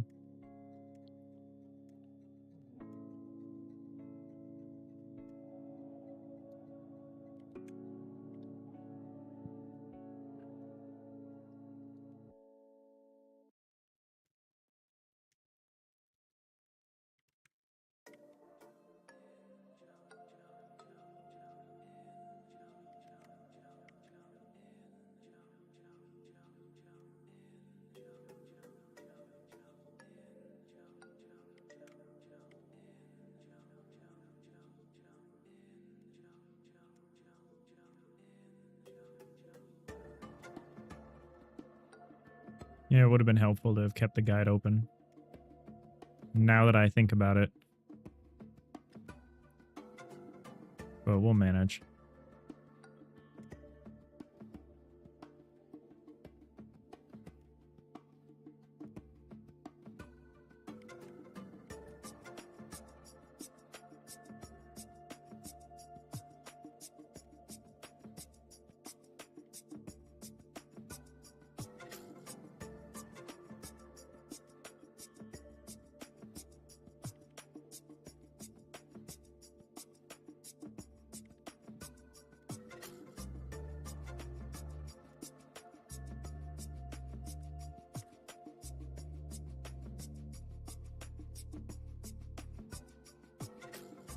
We need this information so we can make our dictionary that maps from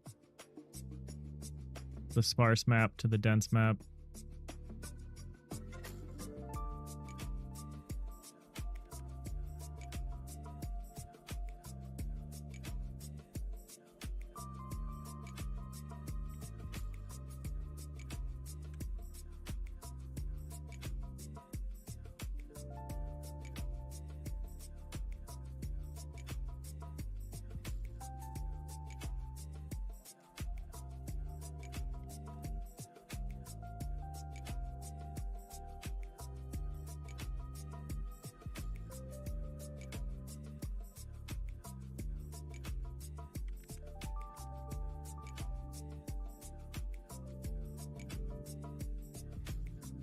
I'm gonna get some laundry going after this. I'm gonna go get a nice like tea of some kind.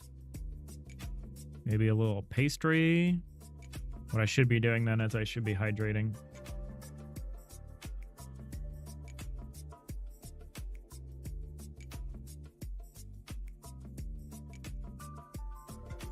An afternoon black tea can be like really good or it can be like really bad. Like you need some of that caffeine, but you gotta be careful.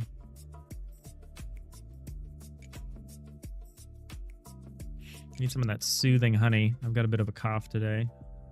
I'm sorry if I'm a little gravelly or, you know, accidentally mute myself for 5 minutes. Classic Dave.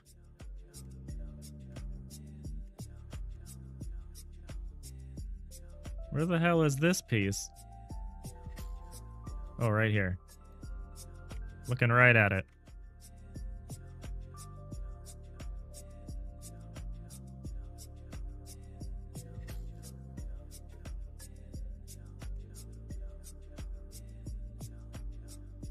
This might seem tedious, but we don't have to do this many times.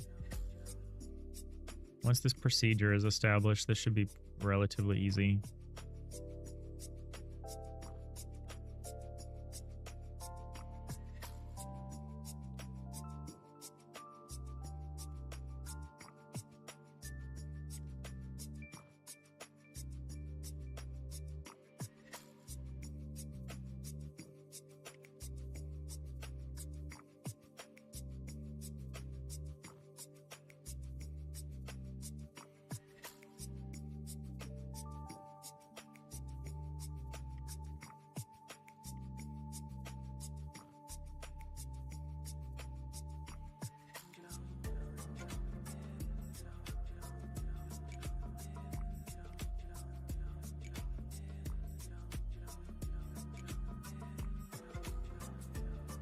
The reason we're having to do this again is because the autotiler builds these sequentially. They're logical.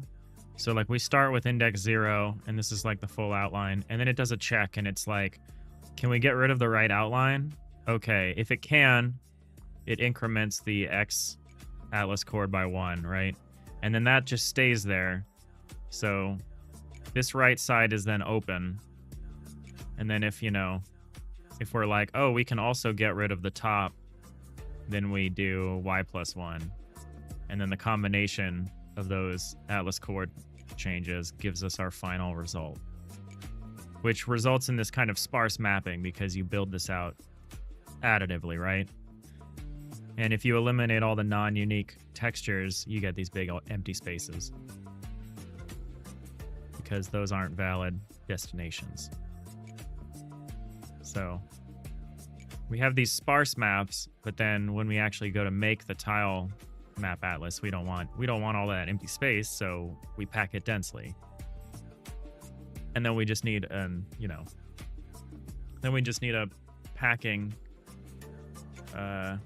rule that just, you know, makes sense, and we just need a mapping between the two. I think we only need to map from the sparse one to the dense one. I don't think we need to map the other way. I think the mapping the other way is what I'm doing right now. I think we only have to do this one time just to figure it out. All right, you should be... I'm starting to understand how this setup works. You should be somewhere. Why does it seem like this one is missing? I know it's not. Here, let me turn the guide on. Turn this off. Yeah, this guide helps. There should be one with a solid left line and then a bottom right dot. Where is that? Oh, it's this. It's 30. Perfect. Yeah, that makes it way easier to see. I love this. Oh, but there's nothing in 30. That's why I can't see it. I didn't actually do it. Oops. We missed one. That's embarrassing. explains why I couldn't find it. Quick check here. We did all the others. I think we did.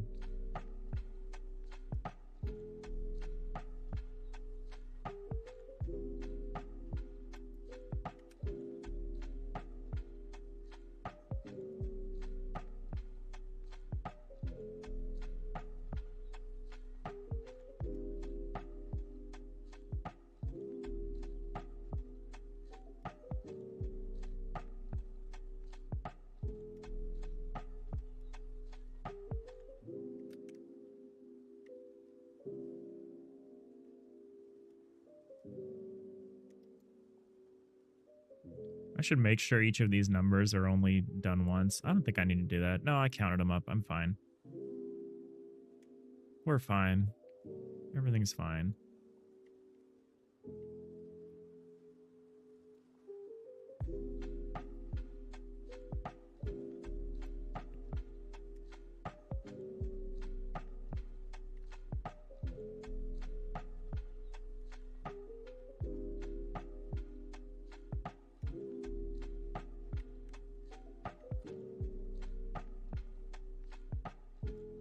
I'm like ready for the weekend though. I've been working, I won't say overtime, but I have really been burning the candle at both ends lately. I don't say overtime because it's like if I spend 8 hours at my day job and then I spend 8 hours working on the game, no one's paying me overtime, you know? But burning the candle at both ends does feel like the way to describe this kind of work.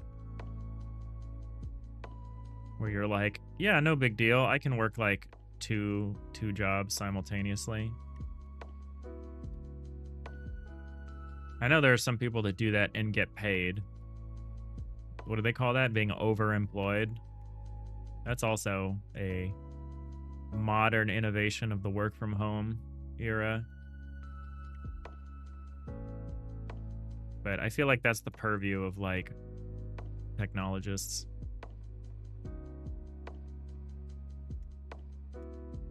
People who can just do a morning stand-up and then be just left alone the rest of the day.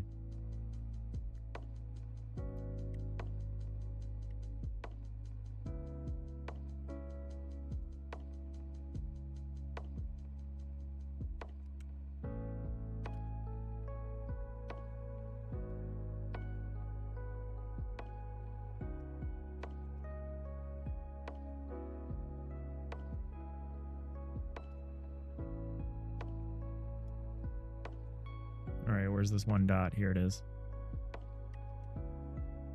Need more dots. More dots.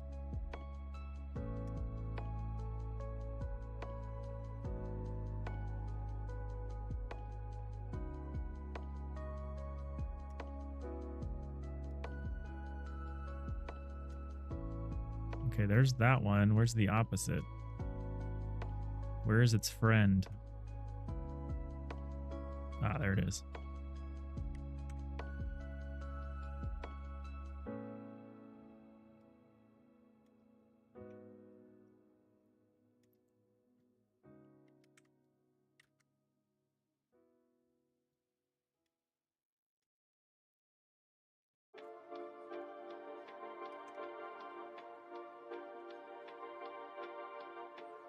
Hey, Silas, how's it going? Happy Thursday. Happy Feast of Thursday.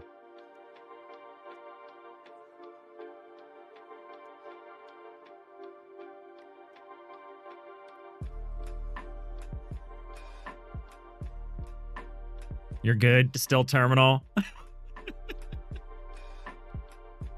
That's the best way. That's how you should introduce yourself. People like, how are you doing? I'm terminal. It's like, what? It has a different meaning in some contexts.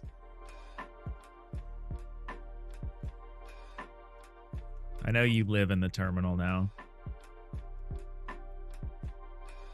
I told someone I know who's like all about bash about your Like your in-game bash scripting you're doing. I thought it was really cool.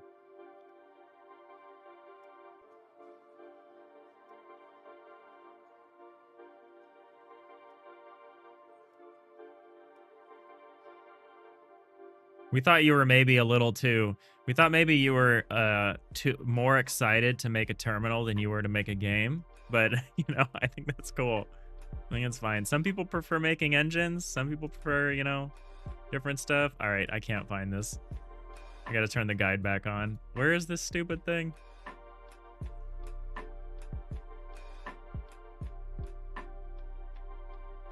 This guide is helping a lot. Wait, where is it? Where's just the 2 dots on the right?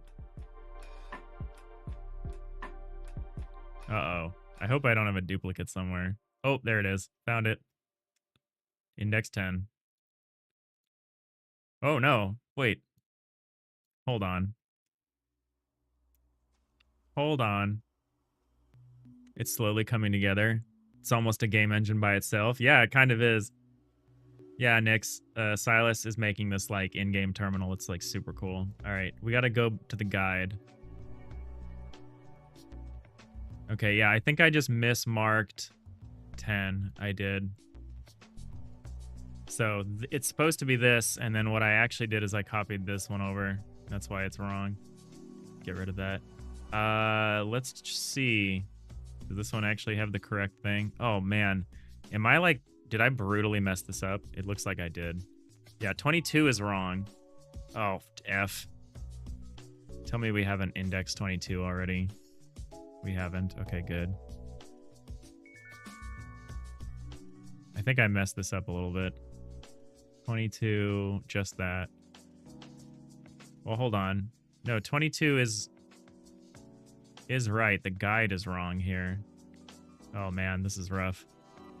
I did a bad job. I did a bad job at this.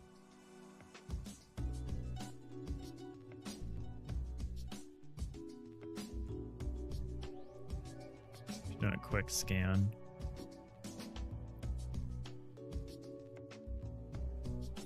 Who watches the watcher? Who guides the guide maker?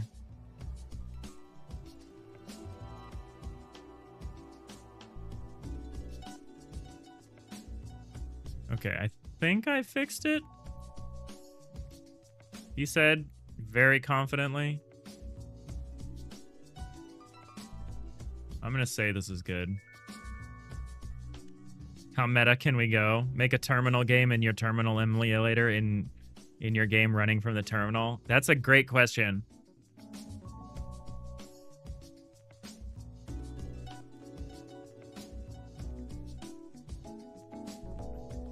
Will we be able to play your terminal game from the terminal, Silas? Skywalk, you're surprised I'm making a new tile only to have that tile with 2 dots somewhere. Why not layer the dots tile set on top of the generic purple tile? Sorry if you just gave me a new to-do point. No, so here's the reason we don't do that. And so for this case, I'm just using solid blocks because it doesn't matter. But you could imagine a case. So like let's see, here's the one that's just 2 dots or 1 dot or whatever, right? You could totally imagine that you would want details around this corner, right? Like maybe the underlying texture looks like this or something, right? It doesn't really matter what it is, but it's just like it knows that it's a corner and it wants to texture itself. So ultimately there will be a combination of outline over underlying texture, and the underlying texture may be different. However, obviously it might not be, but where you missed out a bunch of stuff. Oh, so sorry, I got 2 of you mixed up. So Skywalk, we don't need to do this for the current use case, but the thing is I'm trying to make a mapping that can accommodate all of those use cases. So like we're kind of putting on hold the idea of having kind of any intermediate build step where like you define a simple set of images that describe the block and then something else.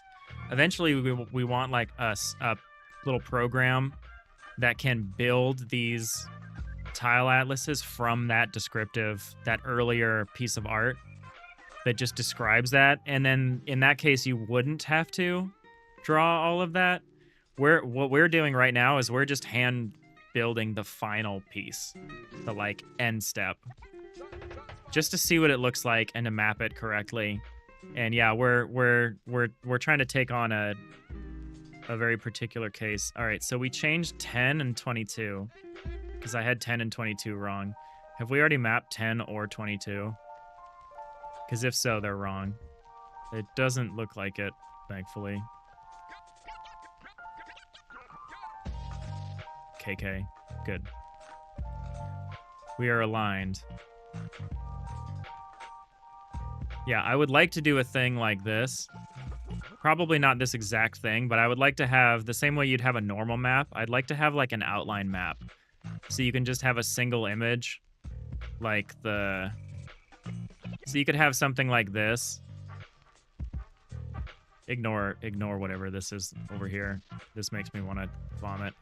So you could have something like this. 10 is above 34. 10 is above 34. Oh, yep, you're right. Good call. Good call. Good catch. Thank you. Already mapped. Okay, so we'll double check that. We'll remap it. But yeah, I would like to be able to, when I'm creating a new block, it'd be nice if I could just draw something like this. We'd probably have another thing here, which is like the actual normal map. But I would like to do a thing so that you could just have a build step that samples this and takes this base image. And you might not even need this part. You do need this, though. The underlying texture, so that you could sample underneath the outline. So maybe what we don't need is this. I don't know.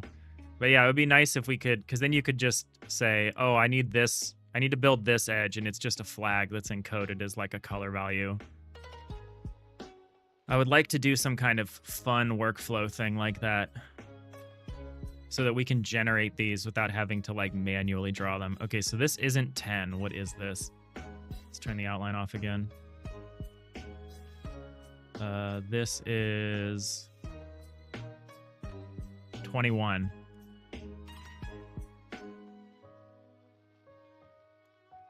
Yeah, okay. This is not 10. Good catch, thank you.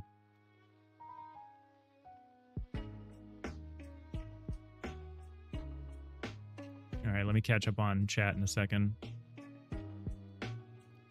Chat woke up and I gotta catch up. No, I love it. I really need that. I really need that. LS Dev, who guides the guide maker? Pain. Lots and lots of pain. That is true. That's how you correct yourself. Pain is more likely to correct behavior than anything else, in my opinion.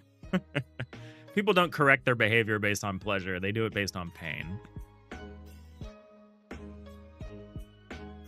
Like, nobody has ever improved from, like, having a good time, right? That's not true. Some people do improve, but that's, like, more of maybe an emotional well-being thing than, like, a behavioral thing. Silas, you want to make a snake game in the shell? Oh, that would be fun. That'd be fun.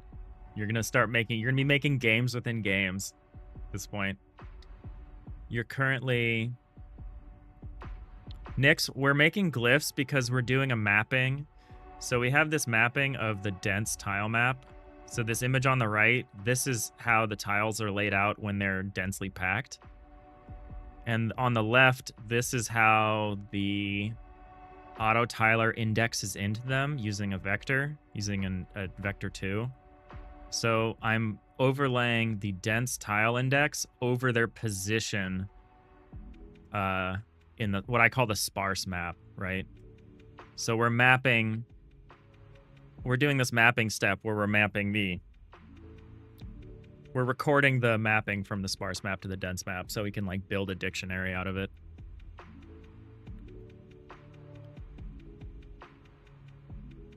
Silas, you're currently working on making lights, which are also hardware devices. And when locks, which they are associated with as indicator for turn red or green depending on the lock state. Ooh, okay, I see. Interesting part of that is that it is all shell scripting in game, so the player could in principle change the behavior of that and similar behavior, making it as simple as complicated as you want. You're on your way to like a Zachtronics game. This is cool. Yeah, Rhiannon, I agree. Every time I hear more and about that game, it sounds more impressive. Yeah, it's incredible. Really great.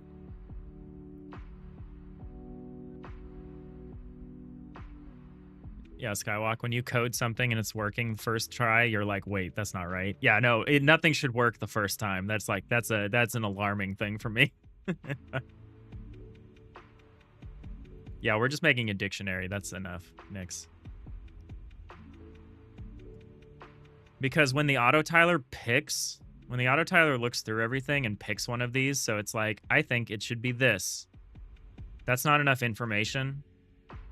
It needs to pick the correct point in the tile map atlas. And so it just needs to be able to say, all right, I've picked this value. Where is this value in the atlas? Okay, it's index 12. Oh.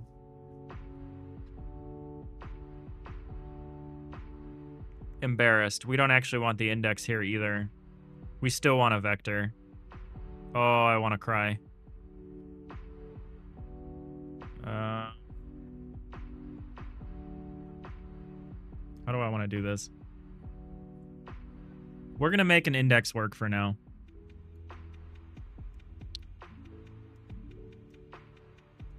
But yeah, we actually want a vector, but this is still helpful. And I actually don't have room to write out a vector, so we're going to make this work.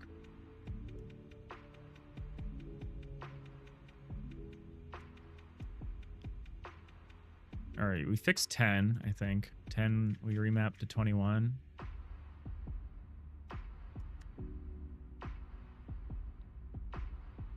This is a pointer to a texture map later on. Yeah, essentially, Nix.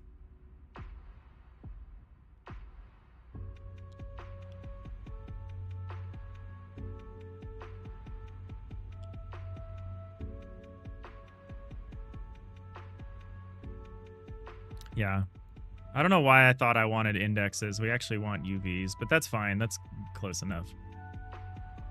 There's a level of indirection here, but I can take that indirection out when I actually encode the dictionary. For here, it's just shorthand. Because we also know how wide this is, so it's not a problem to get this. I just think it would be maybe inefficient to get it every time. All right, so this is 10.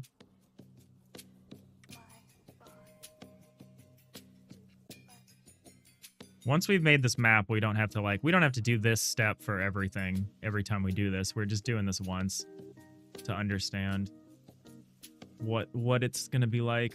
All right, where's an individual bottom right outline? 32.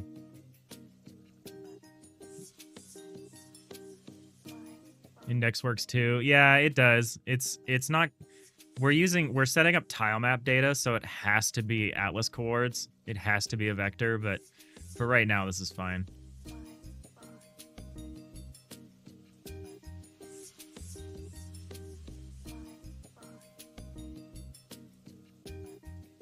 You can get from one to the other easily enough.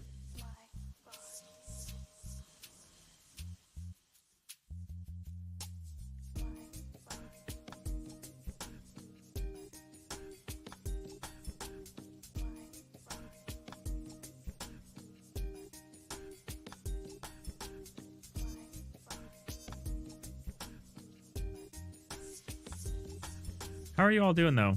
A bunch of people popped in recently. We're almost to Friday, and if we're almost to Friday, we're almost to the weekend. Where's the empty texture? It's here. It's 26. Okay. the no outline texture. Skywalk, you feel index works great when you can use that same index for another thing at the same time, like to check if that tile had a script. You can reuse that. Yeah.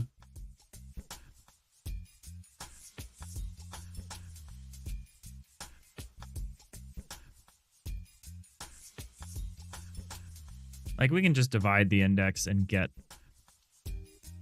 the atlas chords because we know the size of this. We kind of did this a little mindlessly because this mapping is super arbitrary, but a friend of mine shared this Reddit post which shows the mapping that they use for a mod in Minecraft, which I liked. And I was like, well, if it's an arbitrary mapping, let's just use this one for the 47s. For the ones that have 47 tiles.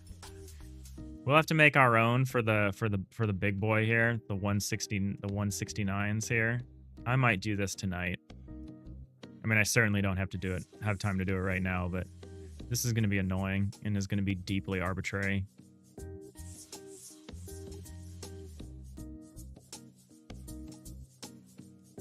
Maybe I can take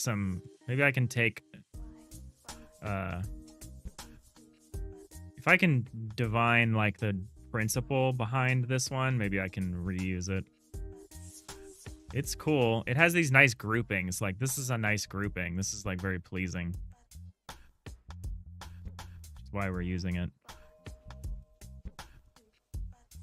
So if I can come up with like kind of semantic groupings that like have some kind of meaning to me. Like I like how you have these corner pieces always at these junctions. So it's like I'm having an easier time being like, okay, this should be here, this should be here.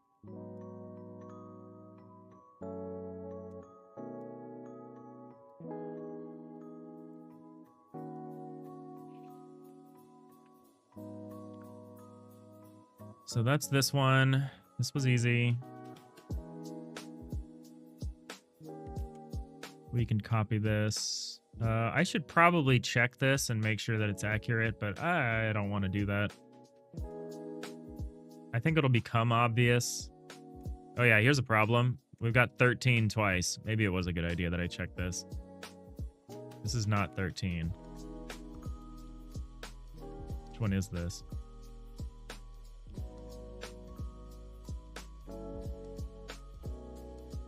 It's 31. Okay. I just gotta flip it.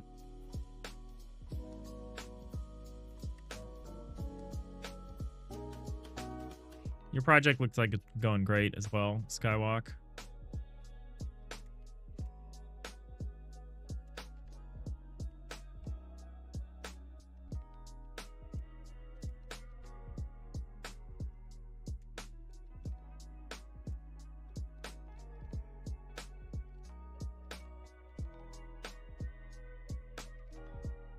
All right, we can copy these over here.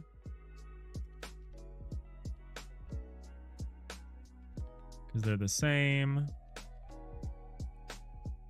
We can also copy these over here. I might need to move them around. But otherwise we can do it. Oh wait, they're already spaced correctly. You love to see it. Okay, well, here's hoping this is right, because we're really going for it here.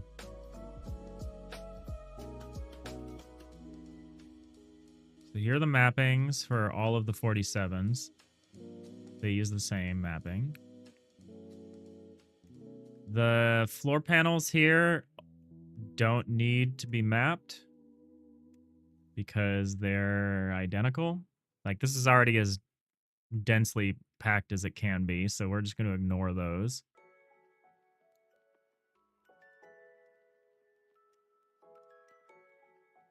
Still an open question whether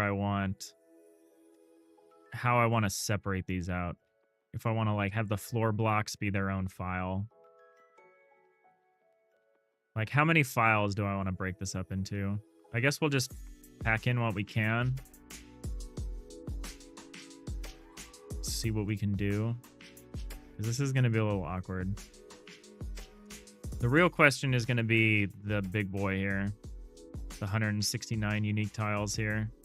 Which we could do as a square 13 by 13 grid, but like, to an extent, we have a packing problem where we're trying to like shove these in such a way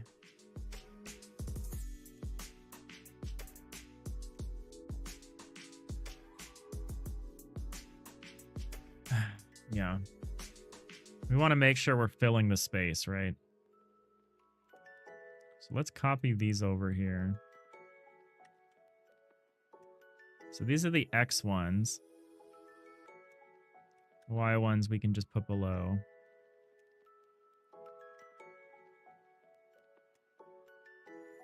Are they going to be the same? Is the question. Oh, these are not going to have the same. These are not going to be the same. Okay, that's a good point.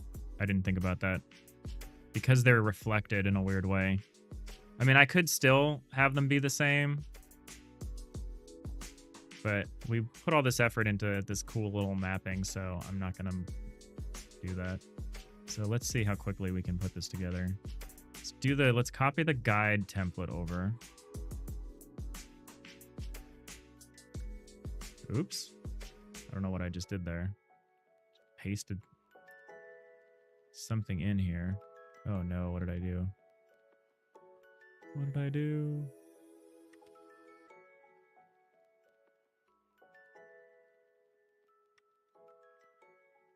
Paste this in here.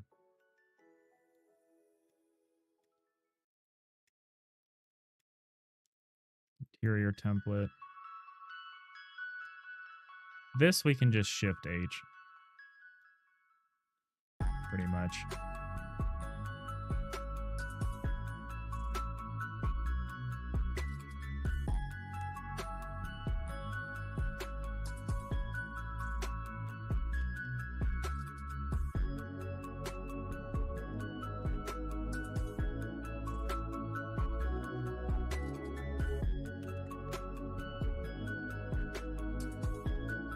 Oh no, Skywalk. You may start over. You're trying to make a roguelike, whatever it's called, of a game that's a voxel first-person shooter. So you want it to be voxel, but on 2D tiles. Kind of weird and limiting how pretty things can be. So I don't know, you're pondering what to do next. I mean, I'm also basically taking a voxel block world and rendering it on 2D tiles. It's a struggle. I feel you. We're doing a lot of stuff to make that happen. It's not easy.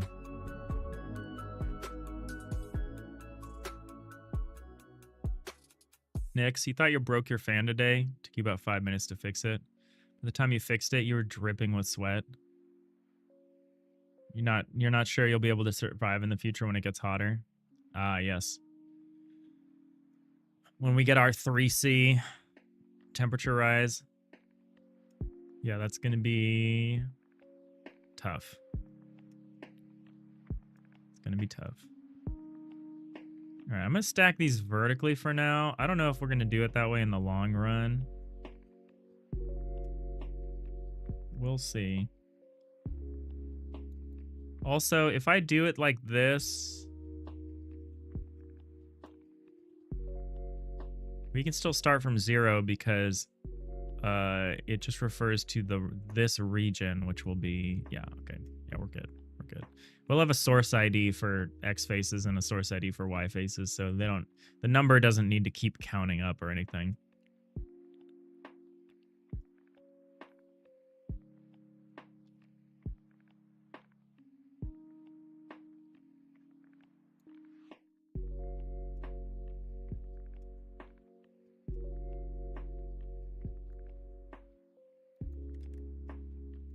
All right, we'll probably finish this outline, which I'm definitely going to put on the correct layer. That'll probably be it for now.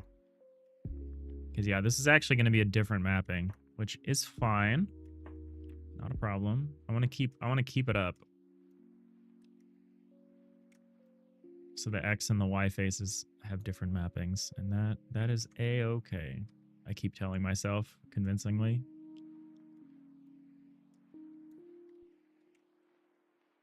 Starting to get an idea for how this should be laid out, at least. Makes it a little easier.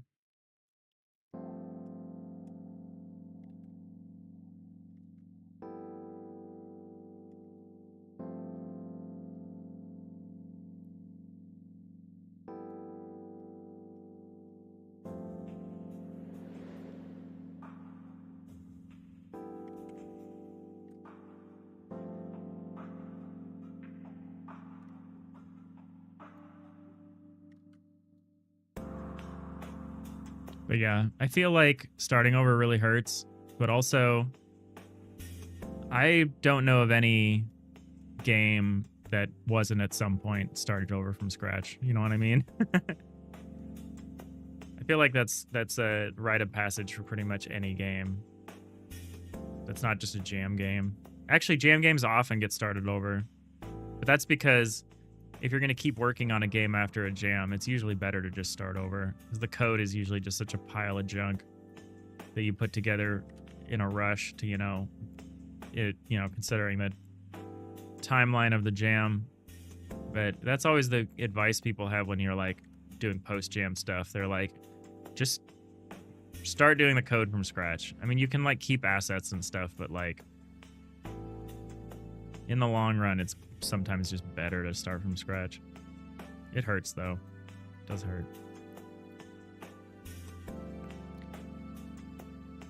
I feel your pain. And the uncertainty with whether one should do that. Alright, here we go.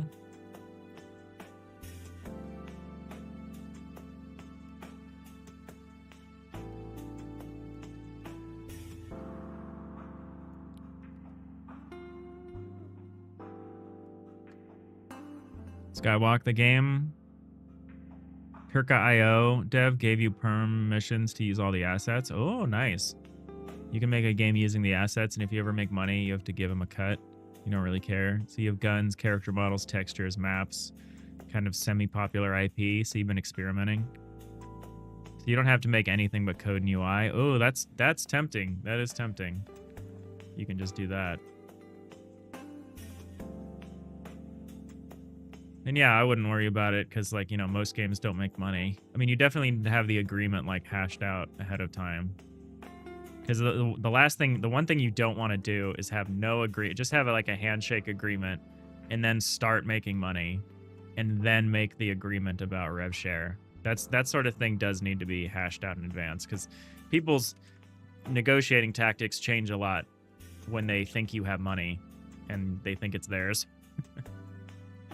Like, someone will negotiate that very differently if they don't think you're going to make any money versus if they know that you've already made some money.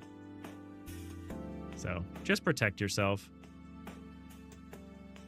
Rev share is hard and scary. And usually, ultimately doesn't matter, but it's one of those rather have it and not need it than need it and not have it kind of problems. Having a hard time with the guideline here. Because everything's like kind of a mirror.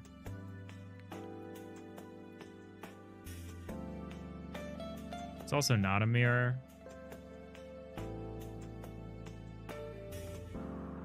Okay, yeah, I see what's going on here.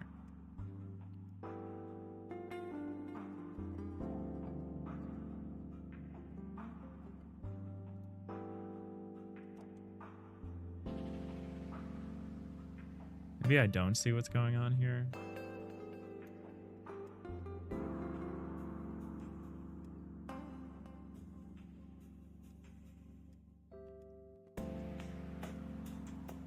Ah, this one. This is the one I wanted.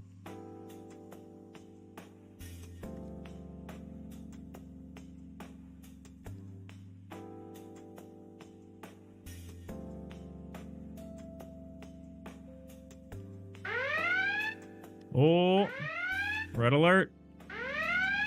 It's a raid. You're gonna launch it with him. Like you're learning in the process. For sure. Hey, Go On Entertainment. How's it going? How was the stream? Welcome in, Raiders. It's Digital Iliad. We're working on an FTL-like, like an isometric 2D FTL-like in Godot.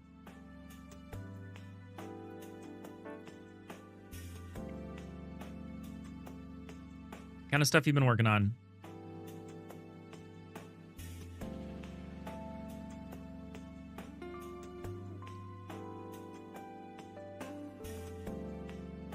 I'm gonna go see what you got going. Oh, we got some game dev. Got some game dev going on here. Cool.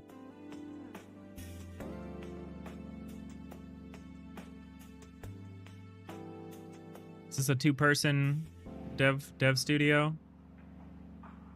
Beachy Tower Defense Design. Sweet. I can give you that follow. And the shout out. That's awesome. Beachy Tower Defense Design. I'm gonna check that out. You got any links or anything, or still early days? Yeah, we're working on some Tile Atlas stuff, which is deeply boring, but we're doing it.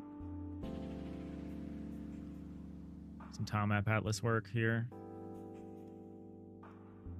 Trying to wrap that up here, so I can go get some laundry going. All right, 21 is left line, upper right dot. Okay, left line, upper right dot. This one.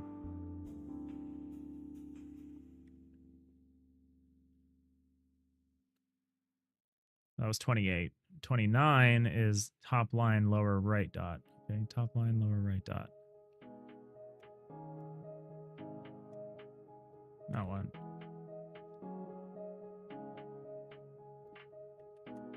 First day for this one. Oh, exciting. You have another game up in early access. You love this kind of tiley stuff. Cool. Yeah, if you got a game in early access, hit me with that link if you like. Love to take a look at it.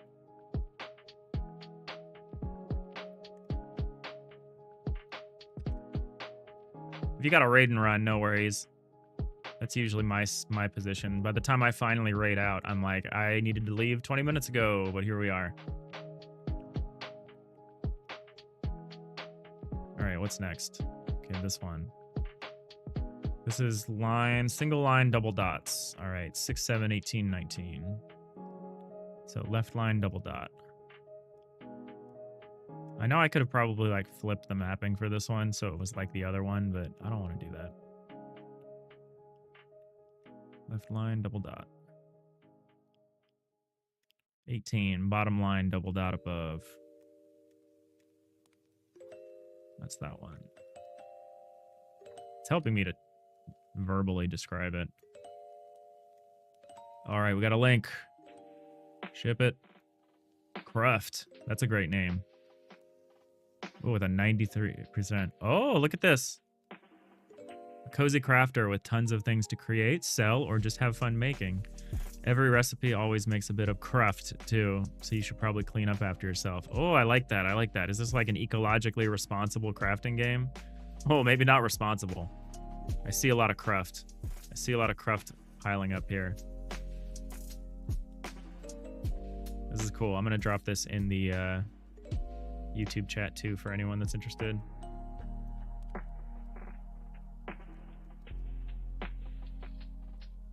It's up to you if you're sustainable. Hey, Will Defense. Welcome in. This is cool. Are you part of this? Are you part of Go On Entertainment? If you want it to be, you can be responsible. You're not. Okay, I like the honesty as far as like having it be kind of a thing that you can participate in. This is cool. This is slick. Okay, so you can throw stuff away. I saw you just throw a bunch of stuff in the bin. This is slick. You just dropped this, what, a couple months ago? Nice, nice. Early access. All right, so you got this in early access and you're starting another game? Tower defense game? All right, I see you. You got like multiple irons in the fire, as they say. This is sweet. What kind of price point do we got? $9.99? That seems reasonable.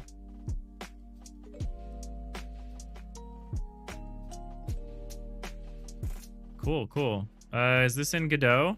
What are you making this in?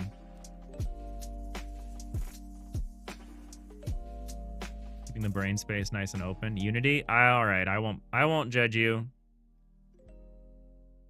We're using Godot. But I don't blame you. I used Unity for a long time. You've been in Unity for a very long time before going indie? Yeah.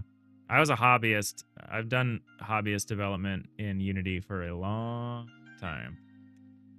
But now I am very happily moved on to Godot. All right, where is this stupid... Here it is. Left line, bottom right dot. All right, 42, bottom line, upper right dot. There it is.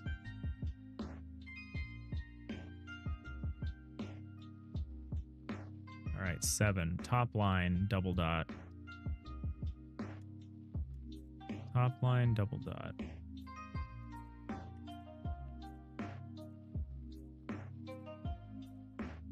You'll have to complain about Unity. You'll have to tune into some VODs to get over your Godot ignorance. It's worth a try. It's pretty easy to pick up. Its pixel support, its pixel art support is... Unity can't come close to it, right? Because if you've got something in here and, I don't know, whatever. Let's open something that's per pixel. Grab a crew member or something. Crew member.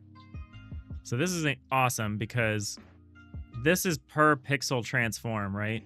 So if I want to move this to the right 1 unit, it's 1 pixel. And that works for colliders, that works for sprites. So the rendering is pixel perfect, the collisions are pixel perfect. Coming from 3D engines that just have like 2D, like kind of working as a thing, this is refreshing. And so the kind of thing we're working on, we haven't really run it at all today. You have all sorts of shimmering because we let you zoom on pixel art. Yeah. You can fix that stuff in Godot with some viewport stuff, but yeah, it's tough. So we're mostly working on a tile block editor. I know we're in ads, but this seems like a great time to show what we got going on here.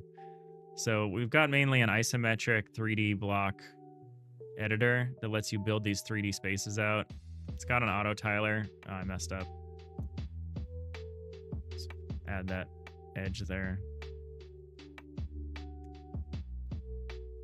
And then, you know, a big block isn't much use, so we can hollow it out, make rooms. We're going to use this to build spaceships and bases and all the other things in the game. So we've got cutaway systems, we've got autotiler, that's pretty much the thing running this whole thing. So we're working on some tile map stuff to level up our autotiler. Hopefully be one of the last big additions to it before we move on to some other stuff.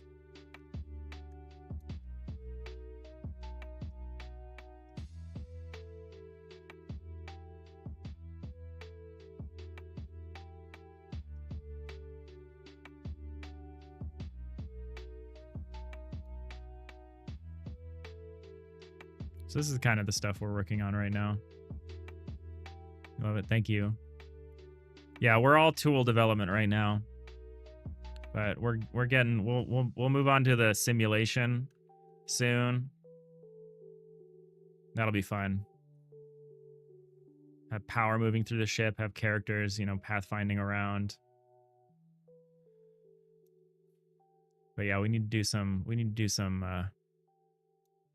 tile atlas stuff first. So we got... I want to finish this mapping real quick, and then I think we'll probably call it. We'll rate out someone. Carry it forward, pay it forward. 19, right line, double dot, left side. Right line, double dot, left side. That's this.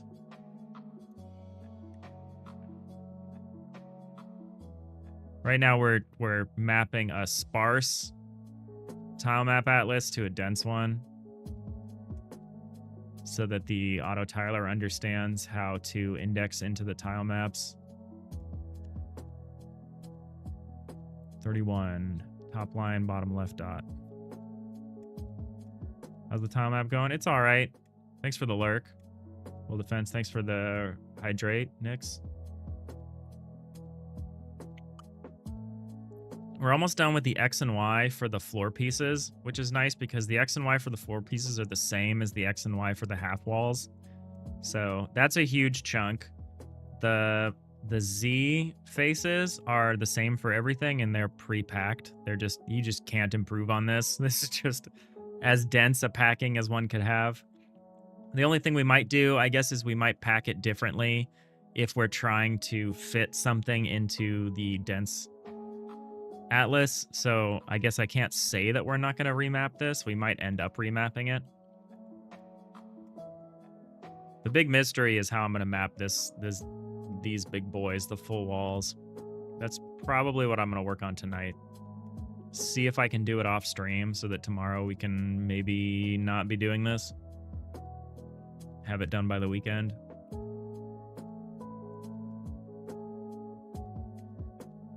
All right, 31, top line, bottom left dot.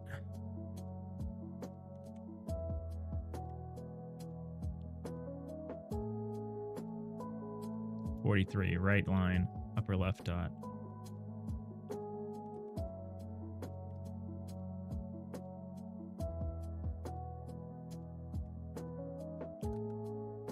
All right, just the last group here. Now we're done with solid lines, though. Now we're like dots only, and this is, I feel like, where it's really easy to make a mistake.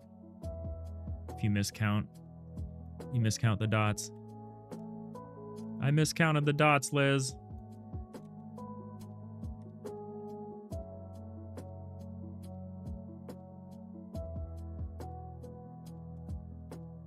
But I think I'm getting the hang of this.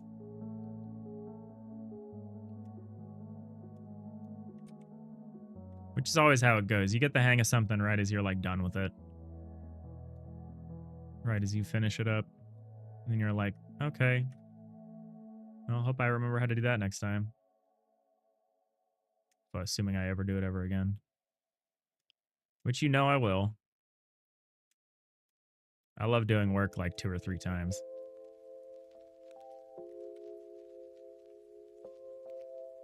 Most people say anything worth doing is worth doing right.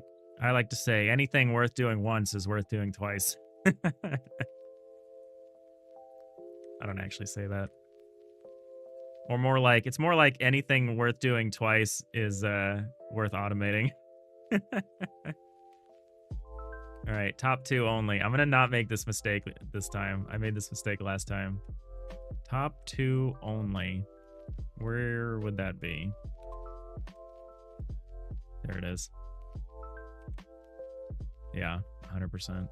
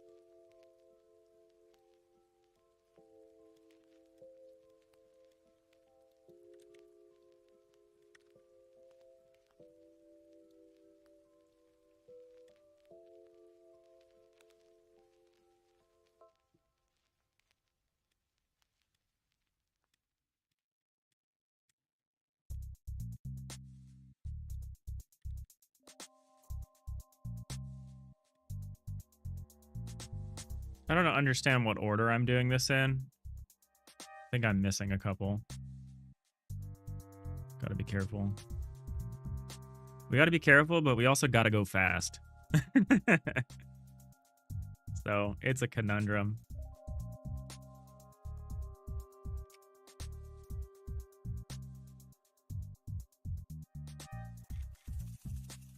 All right, 44. Up to the right. Up and to the right. That's what you like to see.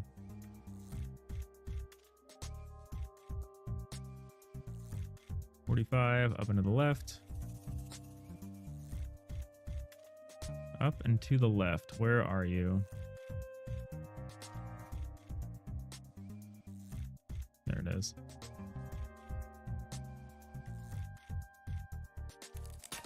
All right, did we get all of them? Maybe? Probably? You know, the guide maybe should be above the outline.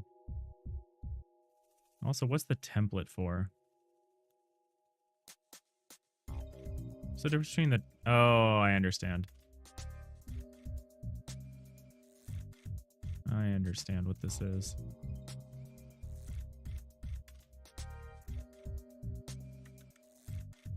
The template is like the same thing, but without the color.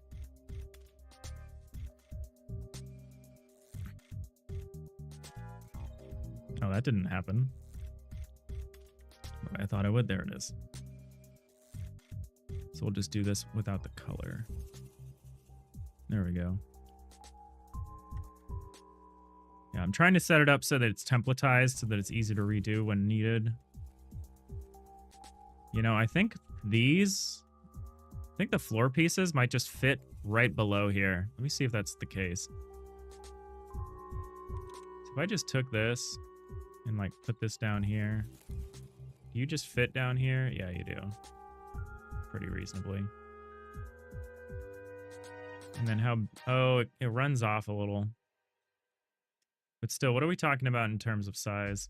So this is currently 255... What? 256 by 144. That's not ideal. You know, we probably are going to remap this just to fit it into maybe 256 by 128. Oh, maybe I can. Hold on. I forgot there's a header here. 132. 132, but how much is down here? Oh, this is 128. So this might just be left as empty space.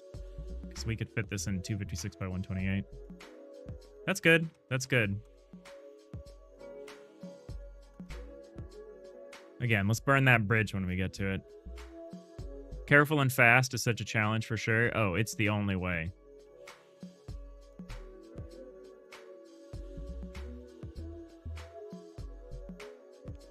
You know, people say you got to go slow to go fast, but that, I think the converse is also true. You got to go fast to go slow.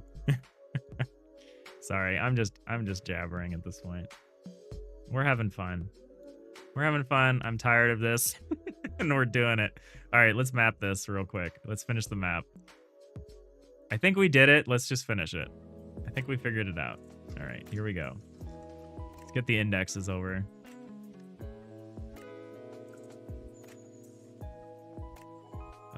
I kind of want to fix the grid settings. 16. I don't need that split like that. There we go. Easier like this. So you're 0. You're 3.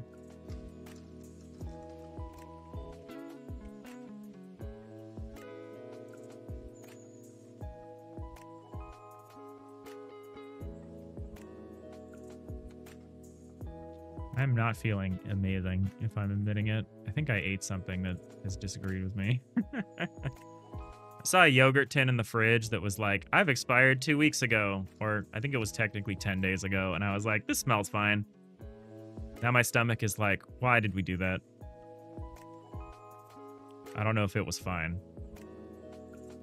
I don't know if it was fine, chat.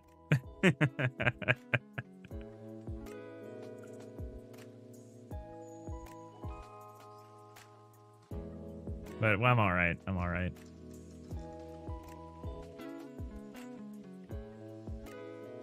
Have a nice cup of soothing tea. Try to finish up my workday after this. There's some interesting stuff I'm working on that I'm excited to get back to. At my day job. Which I know, surprising. Hard to believe.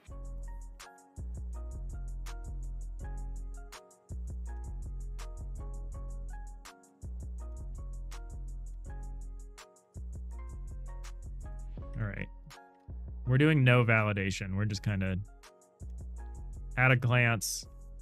I'll validate this later, which is good. It's hard to validate something while you're working on it, like while you're doing it. You really have to get up, walk away from it for a bit, and come back. Really hard to validate something that while you're in the middle of working on it.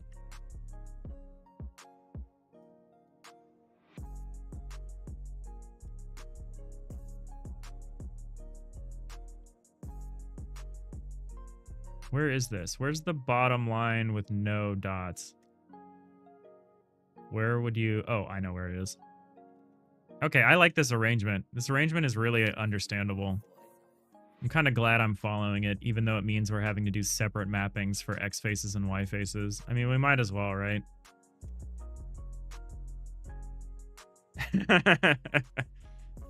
You came back to me just saying, I don't know if it's fine, chat. Yeah, you also jumped from Twitch to YouTube.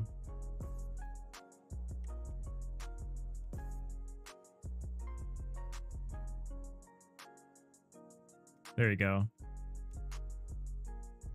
Oh, there you are, back on Twitch. Thanks for padding the numbers. Thanks for padding the viewer numbers.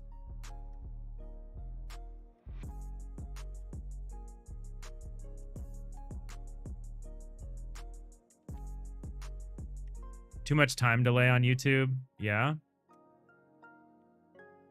I'm gonna be honest. I'm pretty sure most of the time delay is my not watching chat. But when I'm doing something where details needed, you can swap over to YouTube for the 4K. Yeah, this probably is something that's easier to understand what's happening if you're looking in high res.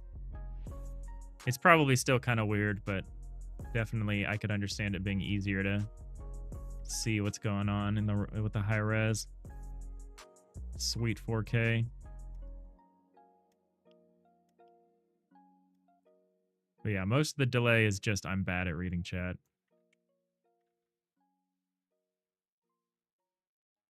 We're just cooking. I'm not even checking to make sure that these are the correct choices. We're just grabbing them.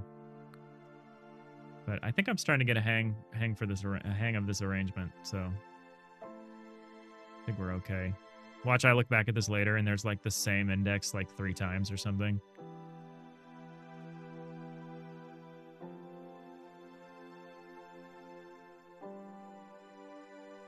It's like 10 seconds behind. Yeah. That sounds about right. It's a trade-off. But yeah, when I was saying it wasn't fine, it seems like my stomach is not doing super great. I think I agitated it here.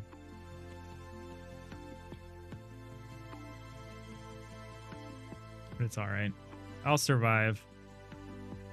I actually have kind of like a stomach of iron most of the time. Like almost nothing upsets me.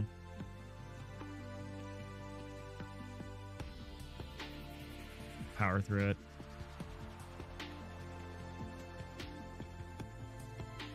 There it is. Okay, I was like, where is this thing?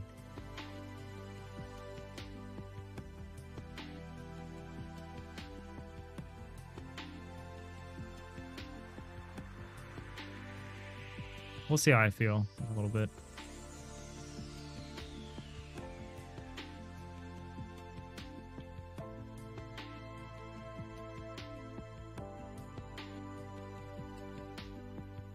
I think getting up and moving around will help. What do we got going on here? All right, where's the bottom 3? Bottom 2, 1 top left. There it is.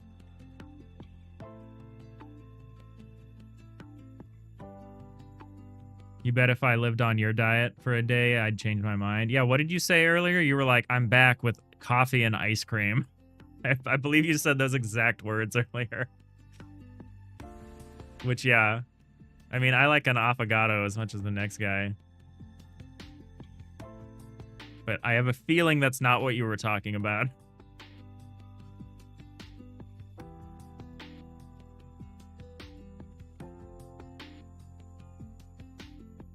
Coffee and ice cream isn't even that weird. It's not weird. It just sounds like a lot. And no, it's not weird, which is why there's like a drink named after it. My problem is I like a treat. I like to treat myself. So I get it. I've been there.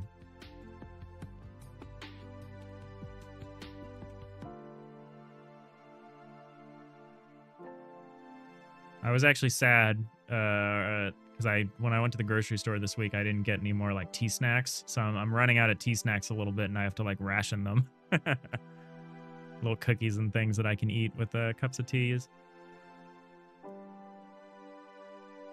So I know how to be indulgent.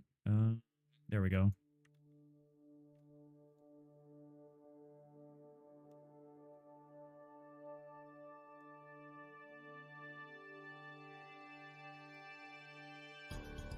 Luckily, I don't think I have any more meetings or anything today. There's just some projects I want to work on.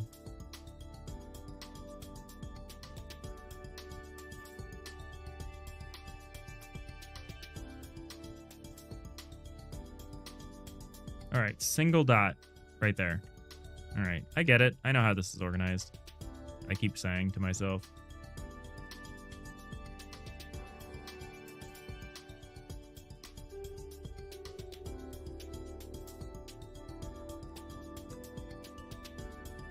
You love sour cream, Nix? You put it on everything? Sour cream is good.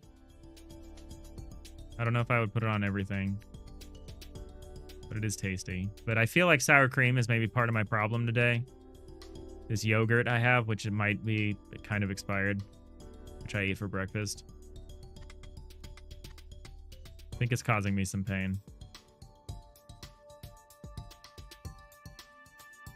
It didn't smell sour. It smelled fine. I'm like Fry walking around with a carton of milk. Smell this milk.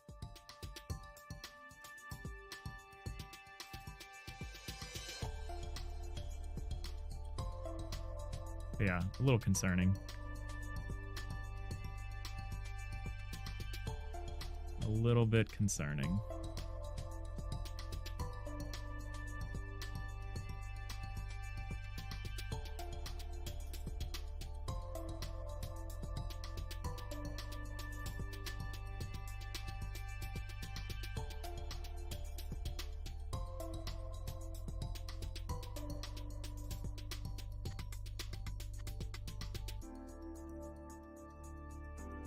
All right, I can't find this one. Where's this one? No meetings is always great. Yeah. I feel like I can't in good conscience repeat what you just typed out, Nix. Just a list of all the things that you'll use sour cream on. I might consider that a bridge too far. Yeah, where the heck is upper left, bottom left, upper right? There's upper left. The heck is this thing? I might have messed something up. All right, turn the guide on. The guide definitely makes... Oh, it's supposed to be 9. Is it 9? No, it's not 9. It's, Oh, 9 is... Wait. 9 might be wrong. Oh. Dang, 9 is wrong. That's a problem. I probably already defined 9 somewhere. Oh, I skipped 4. Why did I do that? Okay, it looks like I haven't defined 9 yet, which is good.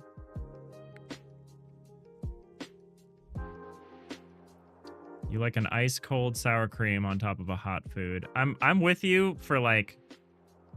Wait.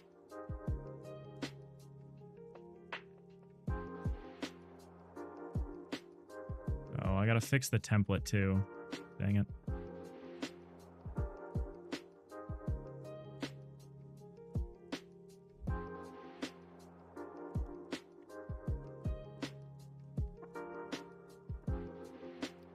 Any of these that disagree?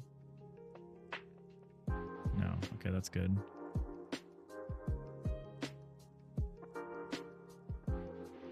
All right, so yeah, I messed up 9. That's okay.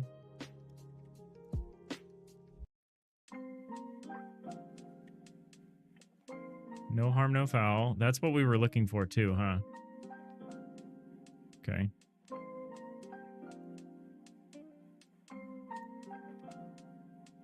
Yeah, I'll have to give this a once over later.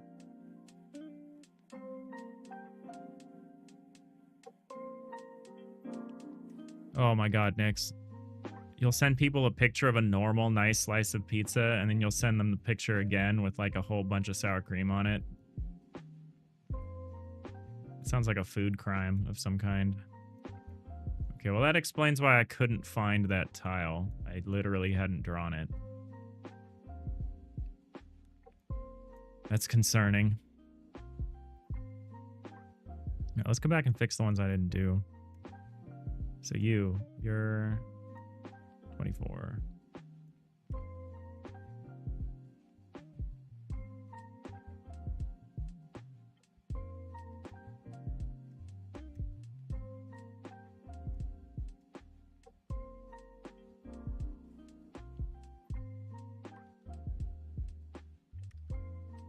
All right, we're over time a bit, but we got that raid, and I really want to wrap up this project, or this part of the project, so we're just going to keep chilling here for a minute. Might have to run it a bit, though.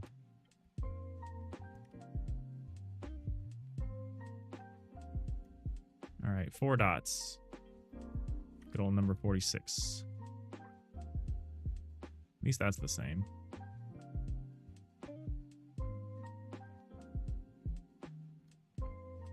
Yeah, Nix, your food choices are they're sounding more and more chaotic evil.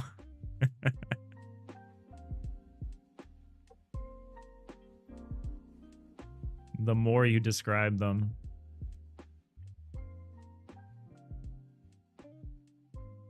All right, where's this one? Where's bottom right to lower left corner?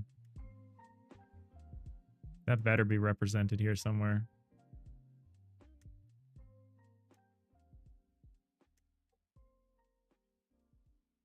I would totally understand if I didn't do it. Here it is, 35.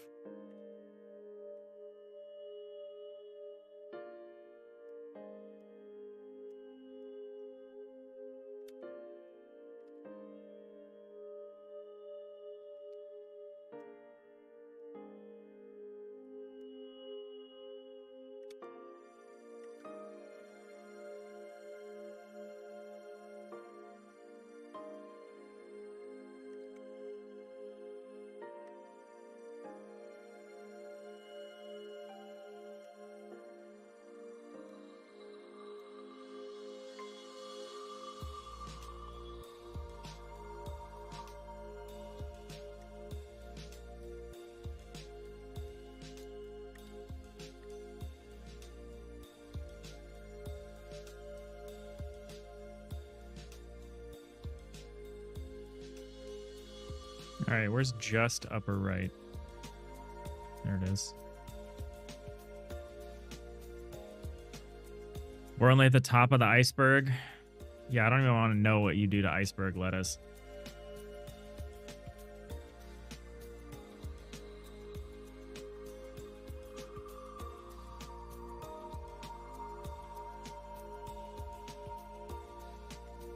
All right, cool.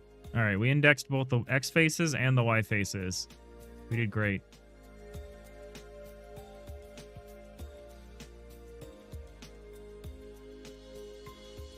Let's copy this over because it's going to be the same. I actually probably shouldn't copy this over. Well, I can for validation. We'll build it and validate it when I do the other set, when I do the half walls. I'll go by this. And I'll be able to catch any issues then, I think. Also, why send the wrong spot? Oh, it just needs to be up a little. There we go. All right. I think that's good work. I think that's good progress. This one's already done unless we just change their shape to better fit to just pack. This is the hard problem here. I'm gonna need to try a few different things out. Maybe I'll just use a solid block. Before I try to map this, maybe I'll just make blocks of a few different dimensions. Like I'll try the 13 by 13 and I'll try a few different other blocks and we'll packing problem this. Just figure out how we can pack this as densely as possible.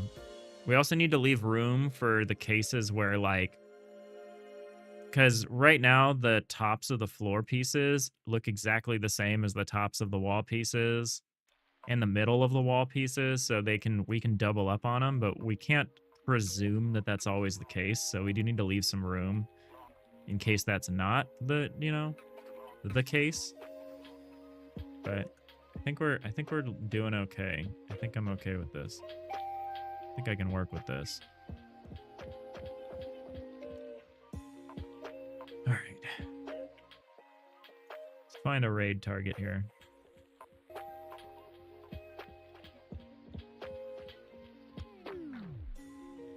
Ezra, Otter. Oh, I just watched myself scratch my face on a delay. That was weird. Ezra's drawing some stuff. Otter's also drawing some stuff. It looks like they just got started. Let's go hang out with Otter, make games. They do good stuff.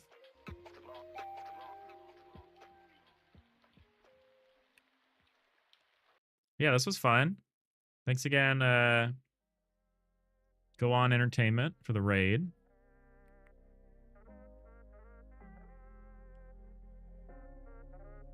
We'll be back, as always, on Friday. I'll do some work offline to hopefully knock out some of this stuff, some of this other stuff, figure out what I'm going to do with these. Hopefully by tomorrow we have a nice texture atlas that we can just apply, add the features to the autotiler that we need to be able to index into it, get all that stuff sorted out, and yeah, we'll be golden. So yeah, I want to thank everyone for hanging out with us today. Maximum warp. That's what we like to hear. But yeah, thank you all so much. Hope you all have a great rest of your day, and I'll see you next time. Bye.